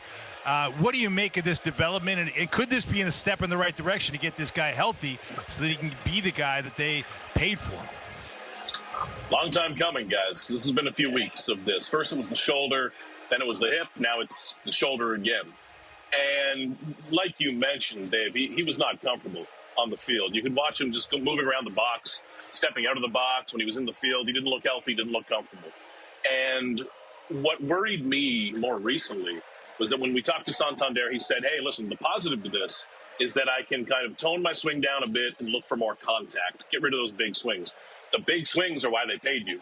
The big swings are what this team needs. They need the home runs. They don't need you to hit 300. That's never been your game. Don't try to be that guy. They need big swings. They need a healthy Anthony Santander. That's all they need right now. He was not that. And as heartless as this sounds right now, for the next 10 days, 12 days, 14 days, the Blue Jays will have no problem getting that 560 OPS from someone else. This is not going to hurt the current production of the lineup. I don't think that's an issue right now. If they can buy him this breather with Alan Roden, with whoever else in the outfield, and get him back at 100%, totally worth it. It's taken longer than I thought it would take. This has been a bit of a strange build-up to this IL stint. I thought it would have came earlier, quite frankly. But if they can get him right physically and mentally, I think at this point it's necessary because he's a slow starter. But, fellas, we are almost in June. Nothing's starting at this point anymore. It's time to get going for this team. Well, Keegan, you mentioned if this team can go on a 5 or 6 game, run here, then you start to believe. Do you think they're capable of doing it? That's the biggest thing, because we always feel when you're watching, it's 2 steps forward, 1 back, 2 steps back, a couple forward. Like, there's not a lot of consistency to it. Do you believe that this team can have some consistency and maybe run off a patch of games to get well over 500? Something would need to improve. Something would need to get better at this point because they're, 55, 56 games into the season. They are who they've shown to be, which is a team that's kind of inconsistent. Now, you can also reach for positives, which is that this team has played some pretty dreadful offensive baseball, and they're still 500 somehow. They do not need to lead the league in runs. They just need to be kind of average offensively for the time being. The bar should be a lot higher than that, fellas. This is the AL East. Come on. But if you can be a bit better, this can improve really quickly. The issue for me has been that Max Scherzer spot in the rotation. Every 5th day, they are going to Eric Lauer, Jose Urania. It could be someone else tomorrow going back in there with Easton Lucas. We'll see. But when you're trying to work around that and some inconsistencies from Bowden Francis earlier in the season, it's tough. Because if the starting pitcher does not have a good day, you've got to score 7 or 8 runs. This team has not been scoring 7 or 8 runs very often. So you need to get these things together. It needs to improve because no matter what you point to for optimism, no matter what exit velocities, I don't care what their exit velocity is between May 17th and 21st when the sun is at this certain point in the sky, whatever. You need to win ball games. The exit velocities, we've talked about that for years. I don't care too much about that anymore. It's time for more offensive consistency, and only then will you see some actual strings of wins, which is what they need to get some separation. Keegan Matheson, our guest, live from the Dome. Jays and A's Game 2 tonight. Of course, from MLB.com. His book, The Franchise, Toronto Blue Jays, releasing on June 3rd. So right around the corner. We're very much looking forward to that. And I think I speak for all Blue Jays fans, Keegan, when I say we're looking forward to the return of the aforementioned Max Scherzer, who I know was on the mound earlier this afternoon. What can you tell us about what he was doing out there? Max Scherzer calls everything baby steps. He has called every step of this baby steps, but at a certain point, this is something a bit closer to reality. He threw 22 pitches today. He faced a few of the Blue Jays hitters, so it was real. It wasn't just a bullpen session. It was closer to real baseball. The plan right now, we are on Friday. He's going to do this again on Tuesday. And at that point, they decide whether he goes out on a rehab assignment or not. Now, the tricky part, guys, as we've all seen with Max Scherzer, is that none of this matters all that much until he throws 50 or 60 pitches and bounces back from it, which is why the bullpens and the live BPs, it's important. You need to do it. This is like spring training all over again. But we're not going to know how he's doing, and we're not going to know how healthy his thumb is for a few more of these until he ramps back up to 50, 60, 70 pitches and then bounces back. So we'll see how he feels tomorrow. This is a step in the right direction, but it's still pretty impossible, guys, to put a timeline on Max Scherzer because I've done that a couple of times already, and we're past both of those timelines. So it's been a long one, longer than I thought this would take, and it's still something where he'll be back when he's back, and that could still be a matter of 3, 4, 5 weeks. We'll see. I was thinking about the Blue Jays offseason this afternoon once the news about Anthony Santander came out and just how dreadful he's been at the plate all year long. Andres Jimenez, another dude the Blue Jays traded for, had 2 good games to start the year and basically didn't get a hit since. He's been hurt. And Scherzer's thrown 2 innings this entire season, and yet somehow the Jays aren't 10, 12 games under 500. Is this a positive that somehow they're staying afloat, or should we have legitimate concerns that Atkins and Shapiro had one of the worst off seasons in recent memory? I think the other 2 major league level additions were Jimmy Garcia and Nick Sandlin. 5 for 5 on the IL right now. That is also, that is concerning. That is concerning. In some instances, I look at Jimmy Garcia, who has a history of with the shoulder and the elbow in recent years. I look at Max Scherzer, who's 40 and has had this thumb injury. That's part of the built-in risk. You were accepting that. Guys like Jimenez, you were not. Now, at this point, some of it's always going to be injury luck, but when you're going 5 for 5 with these MLB-level additions in the IL, it's not good. Nothing's good about that. Now, the Blue Jays' depth has held up pretty well in light of that. Players like Nathan Lucas, in the bullpen, guys like Braden Fisher, Mason Fluharty, Brendan Little have all completely exceeded expectations, especially with Fisher and Fluharty. I did not see either of these coming. So they've backfilled this pretty well. But again, it's about the ceiling. It's not about creating a strong floor. and trying to sneak in with 84 wins. It's about trying to get past 90, trying to make a run at the division at the top wild card spot, ideally. And you need those big names to be doing that. And, man, it didn't really hit me until today, talking about this, how many of these big league signings ended up in the IL, man. You don't usually see it go that poorly. So for all that, Keegan, you know, you're 28 and 28. You're 2 games out of a wild card in an American League that is not particularly explosive, right? Like there are a lot of really mediocre teams in the AL this year. I mean, you know, if indeed this team can find the floodgates opening, as John Schneider, kind of said hopefully last night after getting a 12-0 win, could you see a scenario where if the floodgates even sort of half open, that they could maybe make a little run here? There's never been a better time to go for it. July 31 trade deadline. I don't know the last year that looked this good to go for it in the American League. There's not a Dodgers on the AL side. There's not a super team on this AL side. And the Blue Jays can look back to 2015 when they were hovering around 500 and they got aggressive and went for it because it was open. They are going to have that opportunity again. I think this team is good enough to hang around this race. That should not be the goal, and I do not consider that success. But they're good enough to hang around. And if they can hang around, I think this is a year to go nuts at the trade deadline. Really be aggressive, really push in. Because looking at this rotation, Max Scherzer, whoever he ends up being for this team, is gone next year. Chris Bassett's a free agent. Kevin Gausman's 2 years away from that, and he's starting to look like himself again. You need to cash in on that while you have it right now. Bo Bichette, while he is here. You don't know if you're going to find those pieces again. You don't know if you're going to find them next year. While they have the opportunity, they've got to go for this. And ownership, the Blue Jays, I think these last couple of years have proven they're at least going to spend. Now, has it been perfect spending? No, but the money's there from a very basic standpoint. And I think it'll continue to be there. So while you've got the shot this year, go for it. And I think they can stay in. Have you come by Alek Manoah recently? I thought I saw him in the dugout the other day with the boys. So, I mean, it sounds like his rehab is progressing. Where is he at, and where do you think he can get back to? Yeah, we saw Manoah down in Tampa, fellas. I need to get on the Manoah diet. I need to see what he's been doing. He looks fantastic.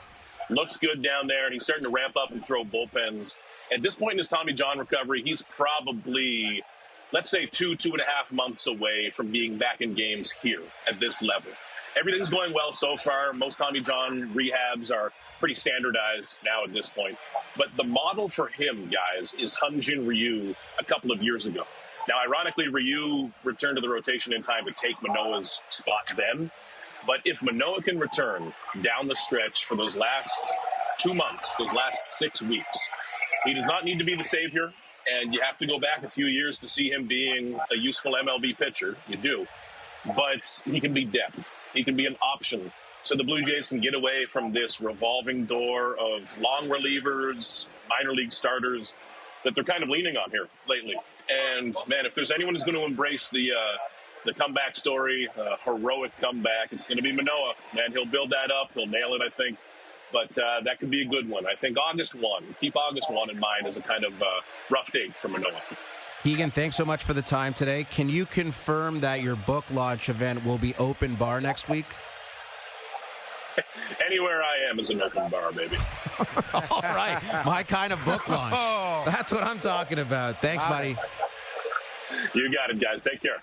All right. That's Keegan Matheson, MLB.com. You ever have a book launch party, Dave? You're an author. You've got some books. And the book business is a tank. You know that, AK. I mean, the book launches these days, I mean, it's like, here's some crackers and a couple of, some Kool-Aid and some Dixie cups, man. Like, that's open bar. Are you kidding? A publisher paying for an open bar? Not for schleps like me, at least. Yeah, I actually apologize, Jamie. You're also an author. I have read your book. I own your book. You must have had a book launch event, though, no? I did have a few events. It was more like a little bit of a tour. Like, they took me out to Alberta and a couple of cities and stuff. I remember doing like a book, launch or whatever. But then I went to a party that night. Struddy was hosting. It was called DJ Suitcase. He was like the the DJ at the bar that night. So it was an open bar, but it wasn't from the, like you said, Fess, it wasn't from the publisher. They weren't paying. It was Strudwick's dime. So, but yeah, we nice. Yeah, it was a good night, but it had nothing to do with my publisher, put it that way. Yeah, I know Duthie's got a new book coming out later this fall. Beauties 2. Oh, Guy yeah, just love it. wins screen awards. Does just it all. churning out books. Plays 120 rounds of golf a year. James Duthie, charmed existence. Very impressive stuff. Very impressive stuff. You could see James Duthie at the RBC Canadian Open. He'll be on site, as will we here on OverDrive. Or Noodles, you and the fellows will be there from Wednesday to Friday. First up, we'll be there from Monday to Friday. We've got a pair of tickets to give away. Later today, Ryan Warsofsky will join us from the Sharks just after 6 o'clock. AK's List, the second ever edition of AK's List, will feature players that Brad Treliving should try to acquire via free agency or via trade. My top 5 list. That's coming up at 6:30. Going to want to stay tuned for that. OverDrive continues on TSN's YouTube channel. Did I say YouTube properly? Debatable. TSN2 and TSN 1050.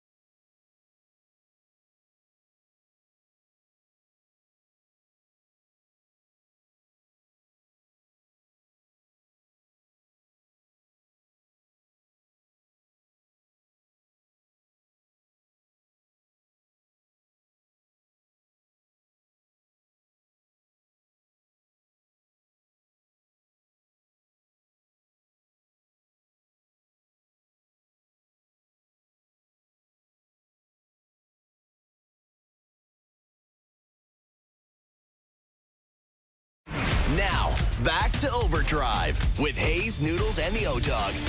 Everybody get your roll on. I know Shorty and she doesn't want no slow song. Hour 2 continues. Karolnik, McLennan, Feschuk with you until 7 o'clock. Looking at the leaderboard at the Memorial, because, of course, next week is the RBC Canadian Open. Very fired up for that. And wouldn't you know, tied at the top is one Nick Taylor.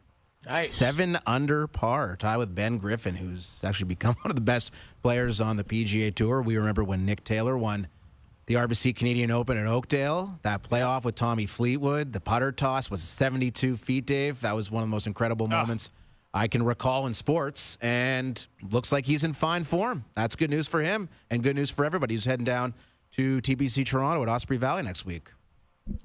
It's incredible news. Nick Taylor, yeah, man, when he gets it going, he gets it going. And he's had some ups and downs this season, but, man, he's rolling right now, 69-68 to start a tournament on a very difficult golf course down there in Columbus, Ohio. That's a great sign. Yeah, and it's good. It's going to be a good field next week. Great field. Like, impressive. And, yeah, we'll be out there. I don't know who we're going to get. That's the biggest thing. And Doogie will be harassing everybody to see who comes by the table. So, should be good. It's interesting to note that McIlroy is not at the Memorial, which has been a staple when it comes to his schedule over the years. It's Jack's place, and Nicholas said, oh, yeah, McIlroy never called me. I didn't hear from him, which I thought was interesting. But like, does that mean Rory's already up here? He's maybe back in Ireland. Maybe who knows what he's doing. But he clearly wanted this week off, and McIlroy loves a national open. He loves to play, of course, the RBC Canadian Open, where he's a 2-time champion. He loves it. The Irish Open is something he really enjoys as well. And, we'll see what he's got next week. He's rested. He has no excuse not to be in top form. So I would expect Rory McIlroy to come out and dominate that golf course. I mean, no disrespect to the O-Dog. He just shot 64 yesterday from 6,900 yards. I mean, which is an incredible accomplishment for the O-Dog. But what it says to me is that, like, what's Rory McIlroy doing to that golf course next week, right? He's going to tear it apart, won't he? Yeah, there is that risk, right? They redesigned this course for that very reason, AK and Noodles, where this was kind of known as a very easy golf course, the North Course at TPC Toronto. So they got Ian Andrew, the architect, out there, and he decided to tighten up the fairways, grow a bunch of fescue, throw in a bunch of bunkers, and hope that they can make it a bit tougher. But if O-Dog's tearing it up, we'll see what good old Rory does. Well, Kolyakovo shot 97, so that's no, just kidding, Carlo. I know you're watching. I know you were 86. He shot an 86? 86. That's fluffed it up in the rough a couple times. Oh, was that out of bounds? No, it's free drop, but 86, I think it's very legit. If you'd like to be there next week to the RBC Canadian Open, here's your chance to win a pair of tickets. First caller through, 416-870-1050. Talk to Doogie. You'll win the tickets. You'll see all the events at the course, and you can stay for the golf, food, drinks, and the party. There are tickets. These tickets include live performances from Billy Talent, Sam Roberts Band during the Sirius XM concert series on Friday and Saturday night. First up will be there, Golf Talk Canada and OverDrive all week long. RBCCanadianOpen.com to buy your tickets today. Ryan Warsofsky plus AK's list in the final hour of OverDrive for the week begins after this.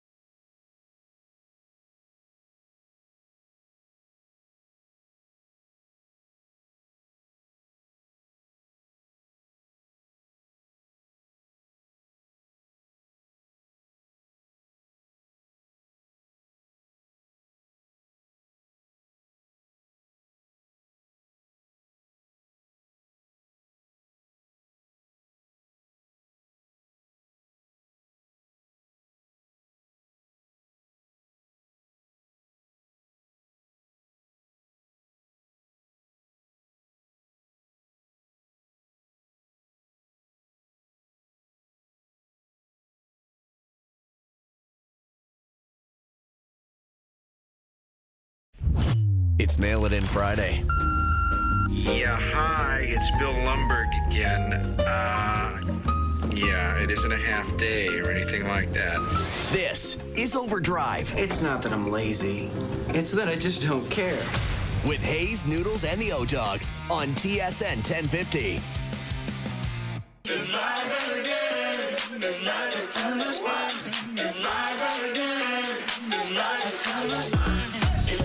It's hour 3 of OverDrive on this Friday evening. I'm Aaron Korolnik in for Brian Hayes. That's Jamie Noodles McLennan, Dave Festruck from the Toronto Star. It's Mail It In Friday, which is brought to you by Boston Pizza, Canada's favorite sports bar. This playoff season, Boston Pizza is planning the parade and has a new all-star playoffs menu for you to enjoy for pizza, pints, and puck drops.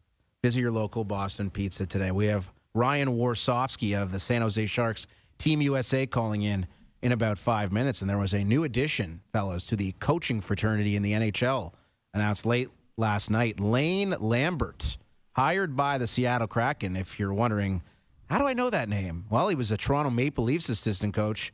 Yep. And it is such an odd phenomenon to me, guys, how Maple Leafs assistants get hired on as head coaches with such frequency.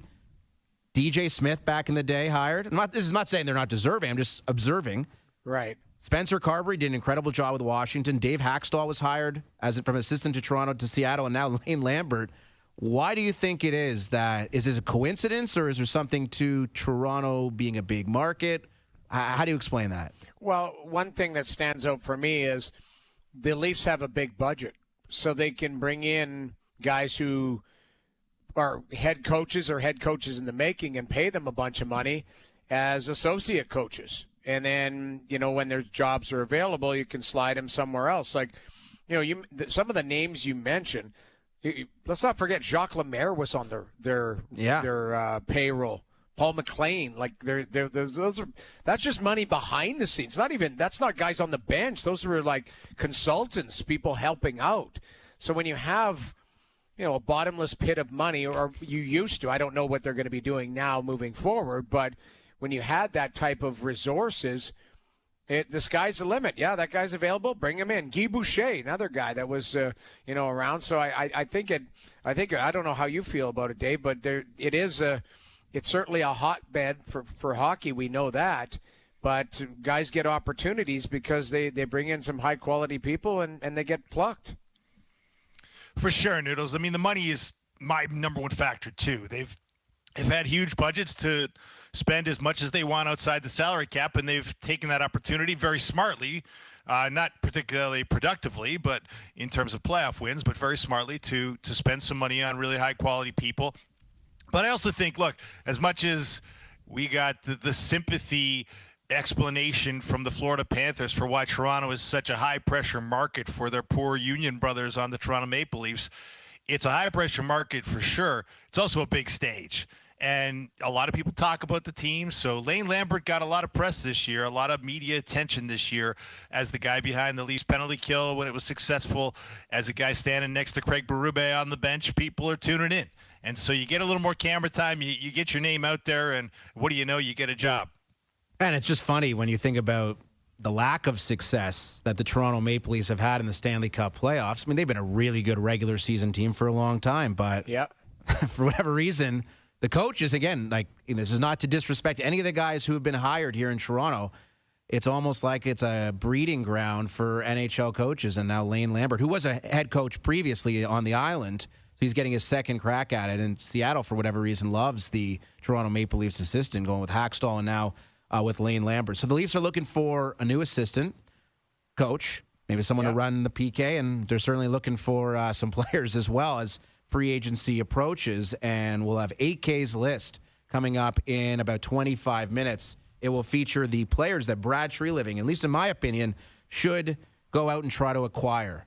Whose name comes to mind for you first, Noodles, for a list like this? And I'm not going to reveal mine. That'll be in, again, about 25 minutes. If you had to come up with just one name, not five, but one, who comes to mind first? So, this is a wish list, either a wish list, trade target or a free agent. Braden Shen. He's on the list.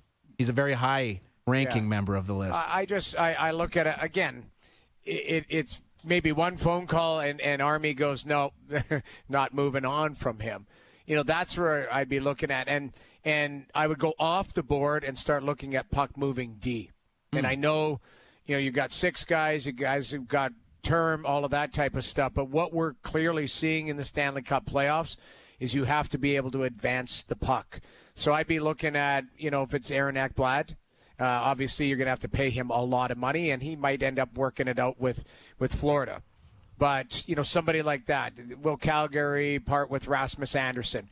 Will St. Louis part with Parayko? I'm looking at guys like that who can advance the puck but also play within the system.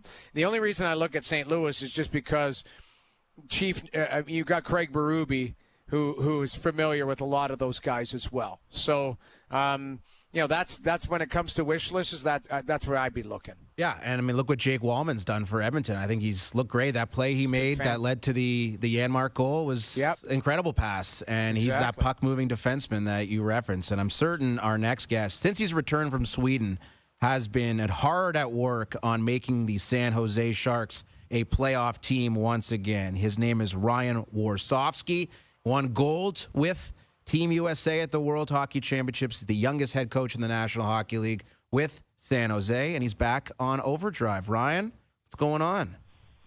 Good. Hey, guys. How's it going? We're good, man. Good. Yeah. How much time did Mike Greer allow you before you guys started grinding away at the 2025 offseason? It's funny you say that. I was just in there this morning, and Mike and I met for a couple hours talking a little bit of everything and just catching up. It was a long tournament overseas, but now we start building towards 25, 26, and free agency, the draft, the trades, all the makings of improving our team. So it was good. But we're right back at it. That's for sure. Well, congrats on getting it done over there. How challenging is it in a short-term tournament like this to kind of get everybody to gel and everybody on the same page? I know you're dealing with a lot of talented players, but how quickly is it, or how tough is it to get them to buy in immediately so that you can have success? Yeah, I think that's the challenge of the tournament for really the U.S. and Canada. Most of those teams have kind of already, the Germans had started April 7th. I think the Swiss had started April 1st. So they've built, through a kind of a month-long training camp where, we get out there May 1st and have a 4-day training camp, and you put your systems in place and the identity of that you want to play with. And then, like you said, you get guys into roles and, start working on special teams. So you got to try to cover a lot in a short period of time. So there's some challenges that go with that. And you really got to decide what you think is most important to the group to have success. And obviously us as the U.S., we haven't had a lot of success over there. So, one thing we did talk about was it had been since 1933 since we won the gold medal. And if we were going to do this and everyone was going to be bought into it, you had to buy into roles that may be different than your role is in the National Hockey League. And you got to do what's best for the team and what's best ultimately for us to win a gold medal. And I got to give our group a lot of credit because a lot of guys, really bought into that and had an understanding of how we needed to play and what roles they needed to play for us to be successful. Yeah, that's an amazing stat, Ryan. The fact that the USA had not won World Championship gold since 1933, 92 years. I mean, was that actually a motivating factor for these guys? Like, none of these guys are responsible for the fact that you guys haven't won in almost a century, but how did you use that? Yeah, we kind of talked about the elephant in the room, and we addressed it. I think, I think that was important. We had a meeting May 1st in Dusseldorf, Germany, before we got started, and just said, hey, it's been 92 years since the U.S. has won a gold medal, and it's almost, it is. It's embarrassing, and I know that's a tough word to use, but that's the reality of it. We're not going to hide from it. That's what it's been, since we won the tournament. So why don't we be a team that kind of makes history and can be the team that kind of cracks the curse? And we kind of rode with it. So I think the best message that we use is we addressed it. We didn't let it linger until the quarterfinals or the semifinals. we addressed it right from the get-go. And again, our leadership group and our group did a really good job of really taking that to heart, which I thought was really important. Ryan Warsofsky, our guest, he's the head coach of the San Jose Sharks, was the coach of Team USA at the World Hockey Championships, winning gold in Sweden. So you mentioned how you met with your GM, Mike Greer, and I am curious. I know, Noodles, you've went through all these meetings, postseason, talking to the GM, trying to theorize what the offseason could look like. Do you go to Mike and say, hey, there's a free agent here that I might like in my lineup playing next to Celebrini, or maybe this guy could fit in on our second pair? Is it collaborative like that in San Jose? Yeah, for sure. We talked a lot about, guys that are free agents coming up here on July 1st. And we've had a lot of conversations, even from really the trade deadline on where we want to head with, what our team to look like in the future here through the end of the season into, the summer. So there's a lot of conversations that happen between Mike, myself, and the staff of whether that's players or, what we want to look like identity-wise. So there's a lot of conversations that go on. And, one thing I would say is going to the, World Championships, you see a lot of different players, on other teams that, you get a real appreciation for. And you never know. You never know, down the line if someone becomes available, you have that relationship. What that player is kind of all about from being over there at World Championships. So, but there's a lot of conversations that happen kind of daily on building the team and what we want it to look like for sure. So you've got some young talent, obviously some extremely impressive young talent. Obviously Celebrini, I think Smith is a player, Eklund. We'll call it the spine of the team, a young spine of the team, because I like Askarov, the goaltender, too. He's going to be a special one, but it's just about getting experience. So what's the challenge or maybe the fine line between allowing them to learn on the job, but also maybe trying to drop the hammer a little bit to say, hey, this is how you need to play every day in the National Hockey League to get to that next level and be everyday, superstars or guys that even be a playoff team type of thing. Yeah, I think the big thing is for me is playing with winning habits, and the habits and the foundational habits that we need to play with to win in this league. And you look at the teams that are there at the end, from Florida to Edmonton, and so I know Carolina and Dallas just lost, but the habits that they play with, how to protect the lead, how to play with the lead, how to play within your shift, how to manage your game and not give away so many pucks, and how important face-offs are, the details of the game. So a lot of it is, teaching these young players, how the game is won at the end of the day. And the NHL is a hard league to win in. It's extremely hard. It's, it's a fine line between winning and losing, and we're trying to teach those habits and have an understanding of how you need to play in each and every night. And it doesn't happen overnight. It takes time, but by no means are we, letting them just run the roost here. We want to, put some really good foundational habits in place because we know the future is extremely bright. We have some young players, and if we want to start winning, we got to start putting those habits in place right away. And we've really chipped away at that this year. The wins and losses are the wins and losses. We understand that, but we think we made some good headway of being more competitive. The next step for sure is for us to start, winning those 1-goal games in the third period. We're up a goal. I think we, set a record for giving away, up a goal and we lose a hockey game. So those are the improvements that we need to make and continue to harp on with our younger players. Ryan, there was a lot of debate last night into today about Pete DeBoer and the way he decided to operate with regards to the goalie pull of Jake Ottinger, bringing in DeSmith after it was 2-0. And we've been talking about it all show, the art of the goalie pull and what it means and how you execute it properly. And I'm obviously not asking you to critique Pete DeBoer, but in your own experiences, the goalie pull, how effective is it in kind of righting the ship for a hockey club that might need maybe a little bit of a wake-up call? Yeah, I think it's a little circumstantial, a little bit, like who your goalie is, where you are in the game, and where you are in the series, where the momentum shifts in games.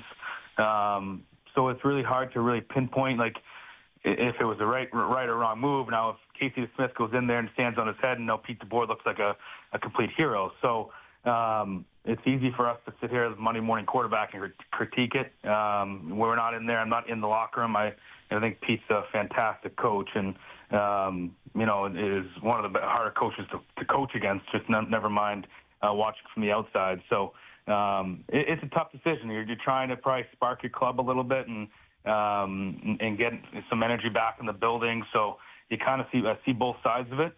So it's hard to. I think it's very circumstantial as far as that goalie pull, and we have a lot of conversations just with the Sharks throughout the year, and whether that's time or not the time. There's probably moments and you probably wish you did it, and there's probably moments where you wish you probably didn't. So it's a tough decision, but I completely understand where Pete was coming from. Hey, Ryan, when you look at the way you build teams, I mean, there's been many ways to do it when you've got a lot of really good young talent. I know you've got some veteran guys around there, but, I mean, are you guys looking to add, somebody from the free agent pool of potential star players that are out there to bring these guys along? Or how do you look at that aspect of team building? Yeah, I think you try to build your team in every way possible, through trades, through free agency, through the draft especially. Maybe it's a minor league free agent, maybe it's a waiver pickup like a Gustav Forsling. So I think, Mike and his staff does a really good job of peeling that onion back and finding the other ways we can start adding to our group. I know that's probably the next step, in our, our build is to start adding. We added Toffoli last year. We brought in Barclay Goodrow for some leadership and to kind of stabilize our bottom six. So, I think Mike has a really good plan of how he wants to attack the offseason and the free agency and the draft and everything in between. So we will let that plan and let it run its course. And, I think we're all excited for the future. In preparing for this interview, Ryan, I was looking through your hockey DB page, and before you were a coach, you were a player, and you played in the Belgian Hockey League. You played for Rio Grande, the Valley Killer Bees, the Cape Cod Bluefins. Can you take us through some of those experiences? Yeah, I wasn't a very good player. Played Division III hockey. And then, I always knew, I wanted to get into coaching, and it was kind of a passion of mine, growing up in the Boston area, being close with Mike Sullivan and being around him who was coaching the Bruins. So, I got playing, went to Division III college at Curry College. After I wanted to experience kind of what it was like overseas. So, didn't break the bank playing over there, but had a lot of fun, met a lot of good people. You got to experience a different part of the world and travel, and then came back and played. I remember sitting in my hotel in Rio Grande, and I could see the Mexican border, and I was shaking my head thinking, like, man, what am I doing? But, those are lessons that, I still take with me today, and the coaches that I played for, and you try to, I ask our players to get better. I have to get better as well. So you try to continue to develop as a coach, and at that moment, I kind of knew I was going to get into coaching, so I'm trying to pick up and grasp, whether that's drills or a way to, systems or a way to communicate. So all those experiences, I think, has kind of tied into who I am today and why I am where I am. So going through the league a few times now and coaching against, as you coined it, some great coaches and some guys that you respect throughout the league. As you gain more experience, are you picking up stuff from them and maybe learning little tricks of the trade that have helped your coaching style to get to that next level? Yeah, for sure. Absolutely. I think, there's a reason why these guys have won Stanley Cups, the John Coopers, Mike Sullivan, Paul Maurice. The list goes on. The amount of good coaches that are in this league, and the way they tinker with things that within their system, how they get certain matchups is one thing I've kind of really started to learn, and I've watched. And Travis Green and Ottawa was really good at it, and John Cooper obviously. So there's obviously some really good coaches, and I think that's what I'll do a lot of that this summer is kind of reflect back and look back and watch other teams and try to pick up some things and talk to other coaches. Sometimes, maybe it's not a National Hockey League coach, and dive into some other sports. Again, just try to get better and improve. And, I'm still, I don't have all the answers. So, but you definitely learn as you go through the league and you go up against these Stanley Cup winning, coaches that have been around for a long time. Well, congrats on the World Hockey Championship. Incredible moment seeing Johnny Gaudreau's jersey up there. The way you guys honored him, I thought was tremendous. You did an amazing job with that, and I'm certain you'll do a great job with the San Jose Sharks going forward. Thank you for the time. Best of luck this summer, and hopefully we can chat again soon. Sounds great. Thanks, guys. I appreciate it, and thanks for having me on. Thank you. That is Ryan Warsofsky. And he answered the question about that Dave asked about, the Sharks trying to take that next step. And I think in a perfect world, would the San Jose Sharks love to have someone like Mitch Marner or Sam Bennett? Yeah, of course. Who wouldn't? They have a ton of cap space. They've got a bunch of really good young talent. But I do wonder, are they there yet? They're still a ways away from being a playoff team, even with someone like Marner. Does that really make sense for them at this point in their development? Well, and does it make sense for him? Keep in mind, sure. Brad Treliving must have said 3 or 4 times yesterday, this isn't our decision, when it comes to Mitch Marner. Mitch Marner holds all the cards as to where he wants to play.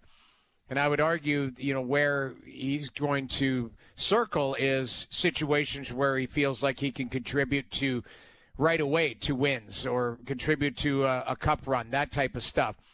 I think San Jose has a fantastic young core.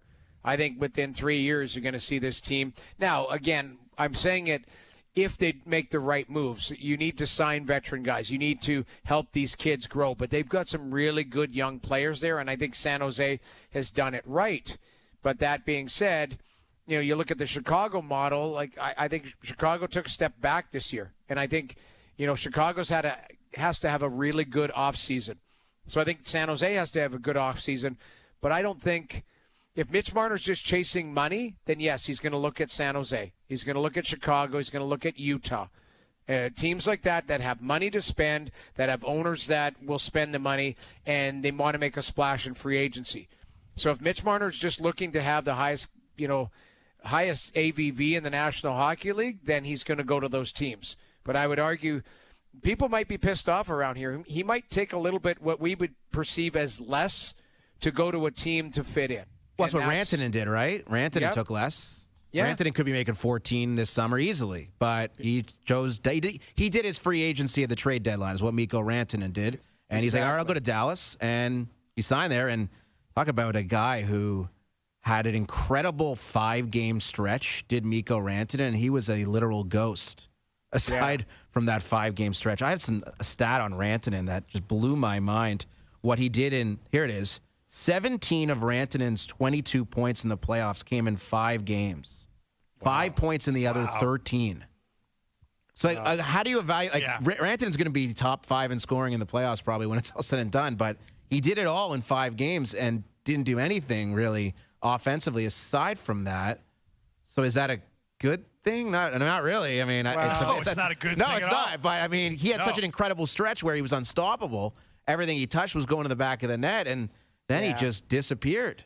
Well, he was a ghost. And the fact that their offense disappeared. I mean, they're blaming the goalie, Noodles, and they score 5 combined goals in their 4 losses to Edmonton. I mean, you can't win that way. I mean, it's Maple Leaf-esque. You can't, absolutely. And you're right. He was a ghost, but there was, Jamie Benn, Tyler said, you go right down the list. Their top players, they weren't available. Or not that they weren't available, they didn't get it done.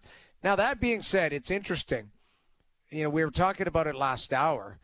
Jake Ottinger coming into the series against the Edmonton Oilers was the best goaltender in the playoffs, statistically.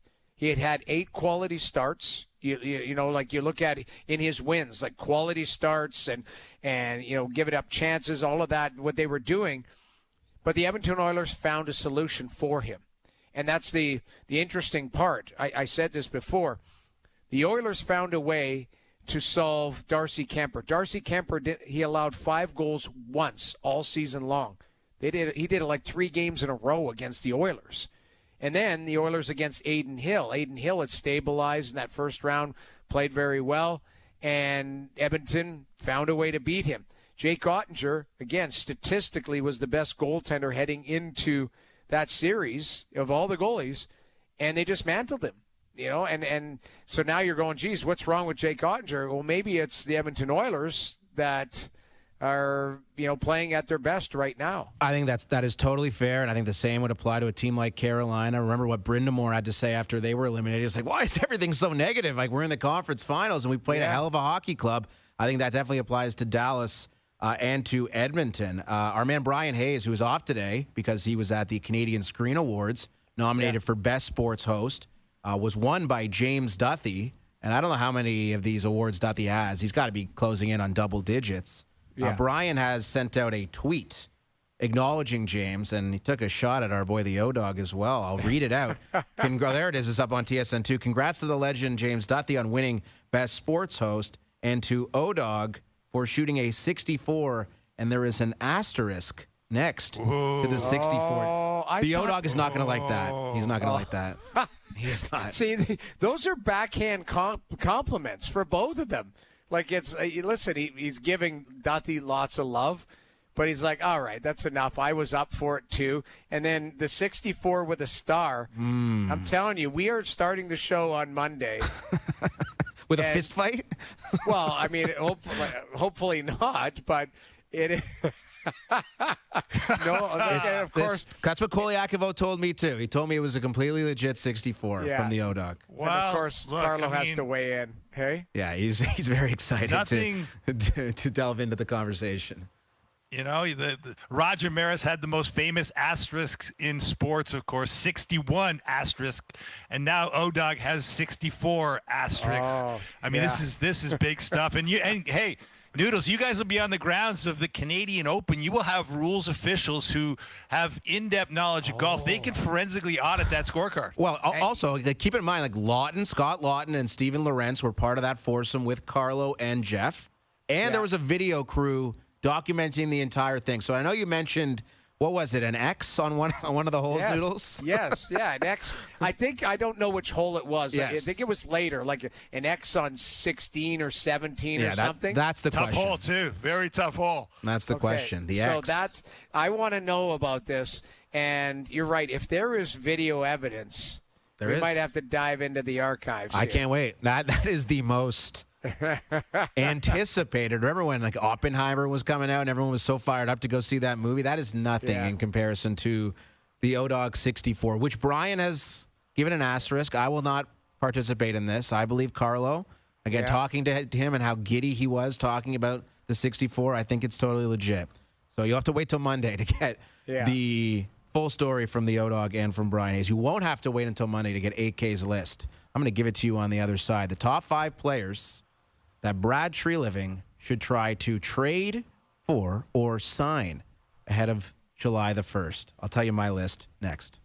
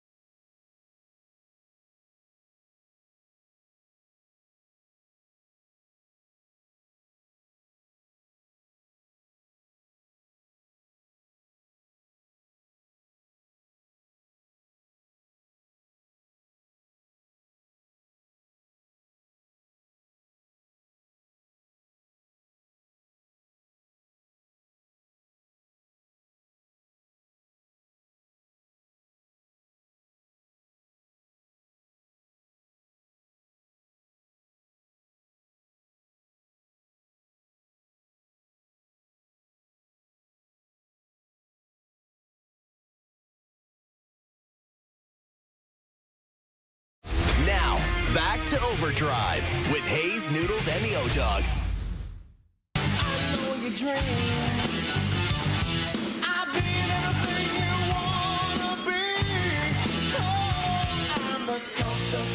The third hour of Overdrive continues. A beautiful Friday night.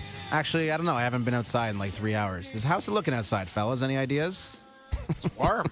Still nice? I heard some rain in the forecast for this Friday night downtown, but hopefully that's not the case because today was just exceptional Beautiful. weather, and we need it too. In Southern Ontario, it has been trash. Just been rainy and cold and cloudy, and we are in line for some incredible weather next week for the RBC Canadian Open. I saw Tuesday's 29 and sunny. Yeah, we're almost there. Nice. We're almost there. So this is the second edition of AK's List. The last time I was fortunate enough to host for Brian, I did a list that was about the players with the most to gain heading into the Stanley Cup playoffs. And I believe that Mitch Marner was number 1, Connor Hellebuck was number 2, and Evan Bouchard was number 3. These are Canadian teams and the players on those teams. So that was the list then. Today's list is about players the Toronto Maple Leafs should try to acquire this summer. And my list is brought to you by Boston Pizza, Canada's favorite sports bar. This playoff season, Boston Pizza is playing in the parade and has a new all-star playoff menu for you to enjoy. For pizza, pints, and puck drops, visit your local Boston Pizza today. So coming in at number 5 on AK's list of players the Maple Leafs should try to acquire this summer is Sam Bennett of the Florida Panthers. Now, he is the player that is top of mind for everyone, and rightfully so. He has the connection to the GTA. He is pretty much exactly what the Maple Leafs need in every single respect but one. The contract and the regular season production have me cooling just a bit on Sam Bennett. He's on the list, but he's not as high on the list as he would be for some, because I'm not certain he'll be able to produce more than 50 points this season in the regular season, which is a concern because you still got to make the playoffs to produce in the playoffs. And then he's 29 years old, 7 years. That playing style, how that'll hold up. He's on my list. He's definitely desirable, but he's at number 5. What do you guys say? It's fair. Like for me, I think he is. Like I would look at it and I would point to a few contracts with the Maple Leafs. You think Chris Tanev is going to finish out his contract? I mean, that's, I think But he's not making $10 million. No, that's the difference, though. You're right. Like the term I think I can live with is the money. That's the biggest thing, because you might have to go longer on term to have shorter on money. Well, that's not going to be the case with Bennett. So, I could see a fit there. He would definitely be on my list and on my whiteboard if I'm Brad Treliving. But I would think he would be one of the options. I don't know if he'd be the primary, just based on I think there's other targets that you might be able to covet that would have better cap hits and might be better players or better players suited for your team, but you'd have to trade for them. That's the difference. So, but I do like Bennett. Well, look, man, Brad Treliving himself talked about changing the DNA, which to me sort of conjures crime scenes with DNA. Right. This guy is like an NHL criminal. He's a certifiable villain. And I'm with you, AK. Like, they need that. Like, they do. I know. Okay, he's averaged 40 points, and MJ's mocking him because MJ's had more 50-point seasons than this guy's had. This guy's been a 58-point player, prorated in the postseason, and he's leading the NHL Stanley Cup playoffs in goals this postseason. That's something that speaks to DNA. That's something that speaks to critical moments. I think that is totally fair. It's just the price that is a little bit prohibitive, and the term, and the fact that there probably will be 15 teams vying for his services, including the Florida Panthers, who I'm sure would love to bring him back. Number 4 on my list, players the Maple Leafs should look to acquire. Chris Kreider of the New York Rangers. I think this is a very nice buy low for the Toronto Maple Leafs. 2 years left on the deal, 6.5, and we know the Rangers are going to be doing some moving and shaking this offseason. And a guy who has been encircled seemingly with regards to these trade rumors is Kreider. I know they made a ton of moves last year. They'll make a ton of moves this offseason. He had a really bad year this year. 22 goals, 8 assists. But look at the previous years. 39, 36 in 24, 36 goals in 23, 52 goals in 22, 6.5 for the next 2 years. Probably won't cost you that much to trade for. Noodles, are you with me? I'm with you, but there's another guy on the Rangers that I would covet more than him. Okay, who's that? Trocheck. Okay. Because Vinny Trocheck could be a number 2 centerman, and I say this with all due respect, this is a compliment to him. He's a bastard to play against. That's, and that's what you want. He's not Sam Bennett where he'll fight you, but he gets underneath your skin. He's talented. He can play in all situations. I think he'd be a very, very, a fantastic. And again, I don't know. And more expensive, like to trade for, way more expensive. Yeah, 100%. These are just wish lists. But I look at Kreider. Kreider's getting longer in the tooth. I don't think he's slowing down, but I think his game is slowing down. I think he can still skate for sure, but his production is slowing down. And he could be your number 2 left winger or number 3 left winger, depending on if you feel like Bobby McMahon could get his act together. But in the end, I think he would be an upgrade. I thought their left side was weak. It has been weak, and Kreider would be a nice fit. But I think Trocheck would be a better if you're going Rangers. That would be my guy. Yeah, I like it a little more than Noodles. I think he's a Craig Berube kind of guy. He's a big body. He plants himself in front. Now, it's got to be buy low, AK. If you're talking about a buy low deal where you're not giving up too much, I like it. But he's 34 next year. Sorry, he's 34 years old this year. Be 35 by the time the playoffs roll around next year. He is slowing down. The production has fallen off a little bit. So if it's a discount purchase, I like it. All right, looking to number 3 on AK's list, players Maple Leafs should try to acquire. Coming in at number 3 from the Nashville Predators, Jonathan Marchessault. 4 years left on his deal. I'm like watching Noodles' face to see if he cringes or smiles. So Marchessault is a Conn Smythe winner. I mean, we know the playoff production has been there historically. A truly miserable season in Nashville, not only for Marchessault in his first year, obviously. Stamkos there too, Brady Shea. That team was terrible. Frankly, let's call it what it was. It was an abject disaster. And you wonder if Nashville can get out of some of those deals scot-free, including Marchessault, who is 34 years old. He scored like 50-something points in the season. And obviously, their year was done by November. But he's a guy who's had a ton of playoff success. He is not the crash-and-bang power forward that someone like Chris Kreider is, clearly. He's a smaller guy.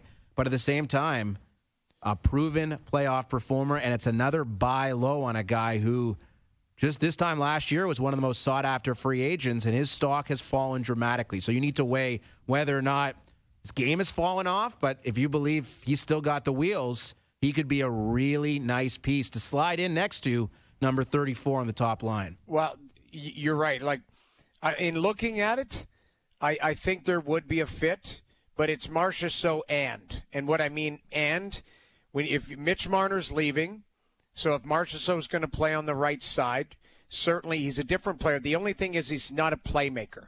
So I wouldn't be playing him with 34.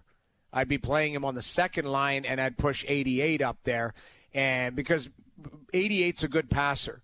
So they'll feed off of each other with Matthews and Nylander, and then you have Nyes on the other side. Your second line would be the revamped line. You would revamp, and if you had Marchessault and somebody else, like Trocheck or Shen or somebody Duchesne, like that, something like that, yeah. like now all of a sudden, because Marchessault's a shooter, he gets the puck and he shoots it. So if I'm just looking at style of play, but I don't disagree with you. I think he's a guy. If you're looking to replace, again, you're taking 100 points out of your lineup on the right side. It's not one player that's going to replace it. It's a combination of a couple players. That's where depth comes in. Marchessault would be a guy that you would have to look at and go, yeah, can we get value for him? And could he get 60 points, 70 points in a different situation? Absolutely. But that's why I said it's Marchessault because it's you're adding, it's a combination of other players that would prop him up. I would argue though one last thing, and Evangelista is a good young player there. I think Nashville would be in on Marner, so maybe they would have to clear out Marchessault to have Marner's money and all of that and that right side available for him. That's an interesting one. I'm sure they will be. That's an interesting one. I mean, Yeah. a team that really had a disastrous season after signing a bunch of wingers in free agency is going to sign the most expensive winger in free agency to try and come out of that. And you know that'd what? Be cool. The only reason I say that is we had Barry Trotz on this year, and he almost stopped short of saying, like, we're going to do it again. We're going to double down here in the offseason. Like, they've got the goaltender, they've got the defenseman, and they have good – like, Phil Forsberg didn't have a career year. Steven Stamkos, it took him a long time. I don't even know if he ever settled in there, but he's a hell of a player. Marchessault, we were just talking about. Evangelista, Ryan O'Reilly. Like, they've got some good players there, and what happened is it just didn't fit. So instead of – I think Barry Trotz was like, guys in their new environment, it might take them a year to settle in.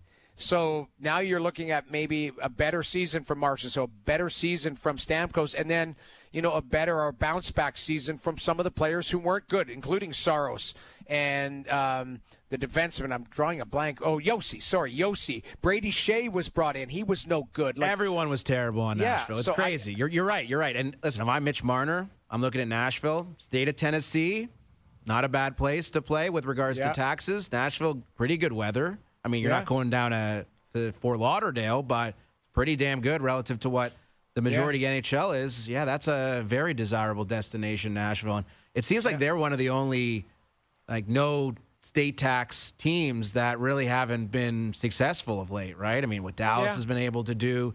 Of course, we know Florida, Tampa, Vegas. So maybe, that it would make sense. And I think that's a very viable landing spot for Marner. I'll let you get on the list. There's, Edmonton, like Alberta is a very tax-friendly situation as well. Having played there and lived there, that gets lost in the shuffle too. When you are heading north of the border, Alberta is actually a pretty good tax situation. Number 2 on the list is Braden Shen of the St. Louis Blues, and we know the Leafs love Braden Shen. I mean, it was how many hours did we spend talking about Braden Shen on this radio station leading into the trade deadline? And Dave, I think it's pretty obvious that Braden Shen is a terrific fit with the Leafs down the middle, makes 6.5 for the next 3 years. I think it's twofold. It's number one, does Braden Shen want to waive his no move? And do the Leafs want to give up the assets in order to trade for someone like Braden Shen at this point in his career?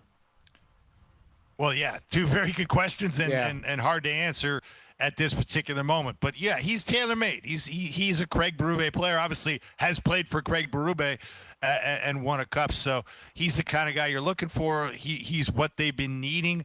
And I'm sure Brad Treliving has him circled. It would be shocking to me if he wasn't, very much active in attempting to acquire Braden Shen. Yeah, that's the guy that I circle. And if you're, wish list perfect fit type of thing, then you go, hey, if Tavares wants to sign for, I say it respectfully, pennies on the dollar, then you could have Tavares as your third centerman, or you could push Tavares to the wing, depending on how things go. But in the end, you'd have a clear-cut number 2 centerman behind Austin Matthews. Yeah, and we know that's what the Leafs wanted before the deadline. They wanted to trade for one of Shen or Brock Nelson. They couldn't get either, so they pivoted to Scott Laughton, who is obviously a very different player than Braden Shen or Brock Nelson are as far as his ability to produce offense. So I think that's exactly what they're going to look to target. But a centerman is not number 1 on AK's list, the players the Maple Leafs should try to acquire.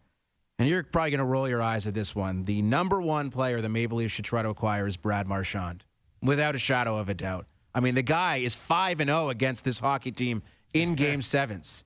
He's still at the top of his game. I would argue of all Florida Panther forwards, he's been as good as anybody. He is carrying that Luster-Ryan, Lundell, Marchand line. He's been incredible, and he's not going to cost you a ton, and he's not going to be a long-term commitment. And sure, he's older. I think he's an 88 birthday, maybe an 87 birthday, so he's longer in the tooth, but he still has it, and you know it. When this guy enters the fray in the postseason, he is going to be at the top of his game. And let's not forget, in the regular season, pretty damn productive, too. I mean, when he was with Boston, he had 60 points. So Brad Marchand has a lot left in the tank. And I know Leaf fans, it would be extremely awkward for him to be wearing the blue and white, but he is the literal perfect fit for this hockey team at this point in time. I don't disagree, because I've said that left side needs help. but he is a natural-born leader. Everybody you talk to in Boston, even talking to some people in Florida, he's really settled in seamlessly. They love him. Everybody who plays with him loves him, and everybody who plays against him hates him. He is a great villain. He wouldn't be overwhelmed by the market. If anything, he would help potentially some of the players, some of his teammates with the market. Embrace DNA. it. The DNA would be good. You're right. It's a great DNA. I look at, I was wanting a D-man on there, but or no goaltenders either. I apologize. No goalie, but I still wanted a D-man on there. But I think it's a great list, and it would be a good fit for Brad Marchand at number 1. Yes. Dave, thoughts? I love it. I love it on a lot of levels, AK. But isn't this the guy that tried to tell us that Toronto beats the pressure into the Maple Leafs, that you can't possibly succeed as a hockey player as a Toronto Maple Leaf after he beat the brakes off the Toronto Maple Leafs? So I'm not sure how he's going to spin that one if he becomes a Toronto Maple Leaf. But I love it. If you can't beat him, join him or have him join you. Or if you Brad can Marchand beat is the them, definition. If you can beat them time after time, you need to join them simply to have maybe mercy on the hockey club you seem to dominate, dating back to 2013, which is insane, but sadly the truth. Marchand and the Florida Panthers will take on the Edmonton Oilers Wednesday night game number 1. I've got my FanDuel best bets to wrap up a very busy Friday afternoon here on OverDrive. I'll fill you in on what they are next.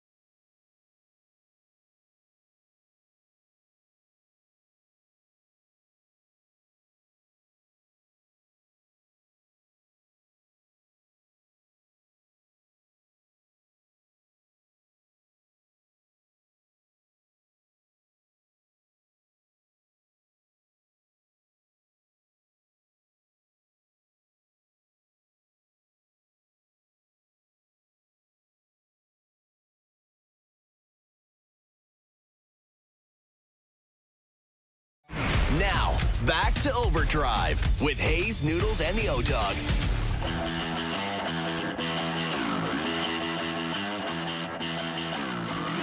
All right, time now for today's best bets, which are powered by FanDuel. Make your picks and assemble a same-game parlay in seconds on the FanDuel Sportsbook app. These are actually Doogie's best bets.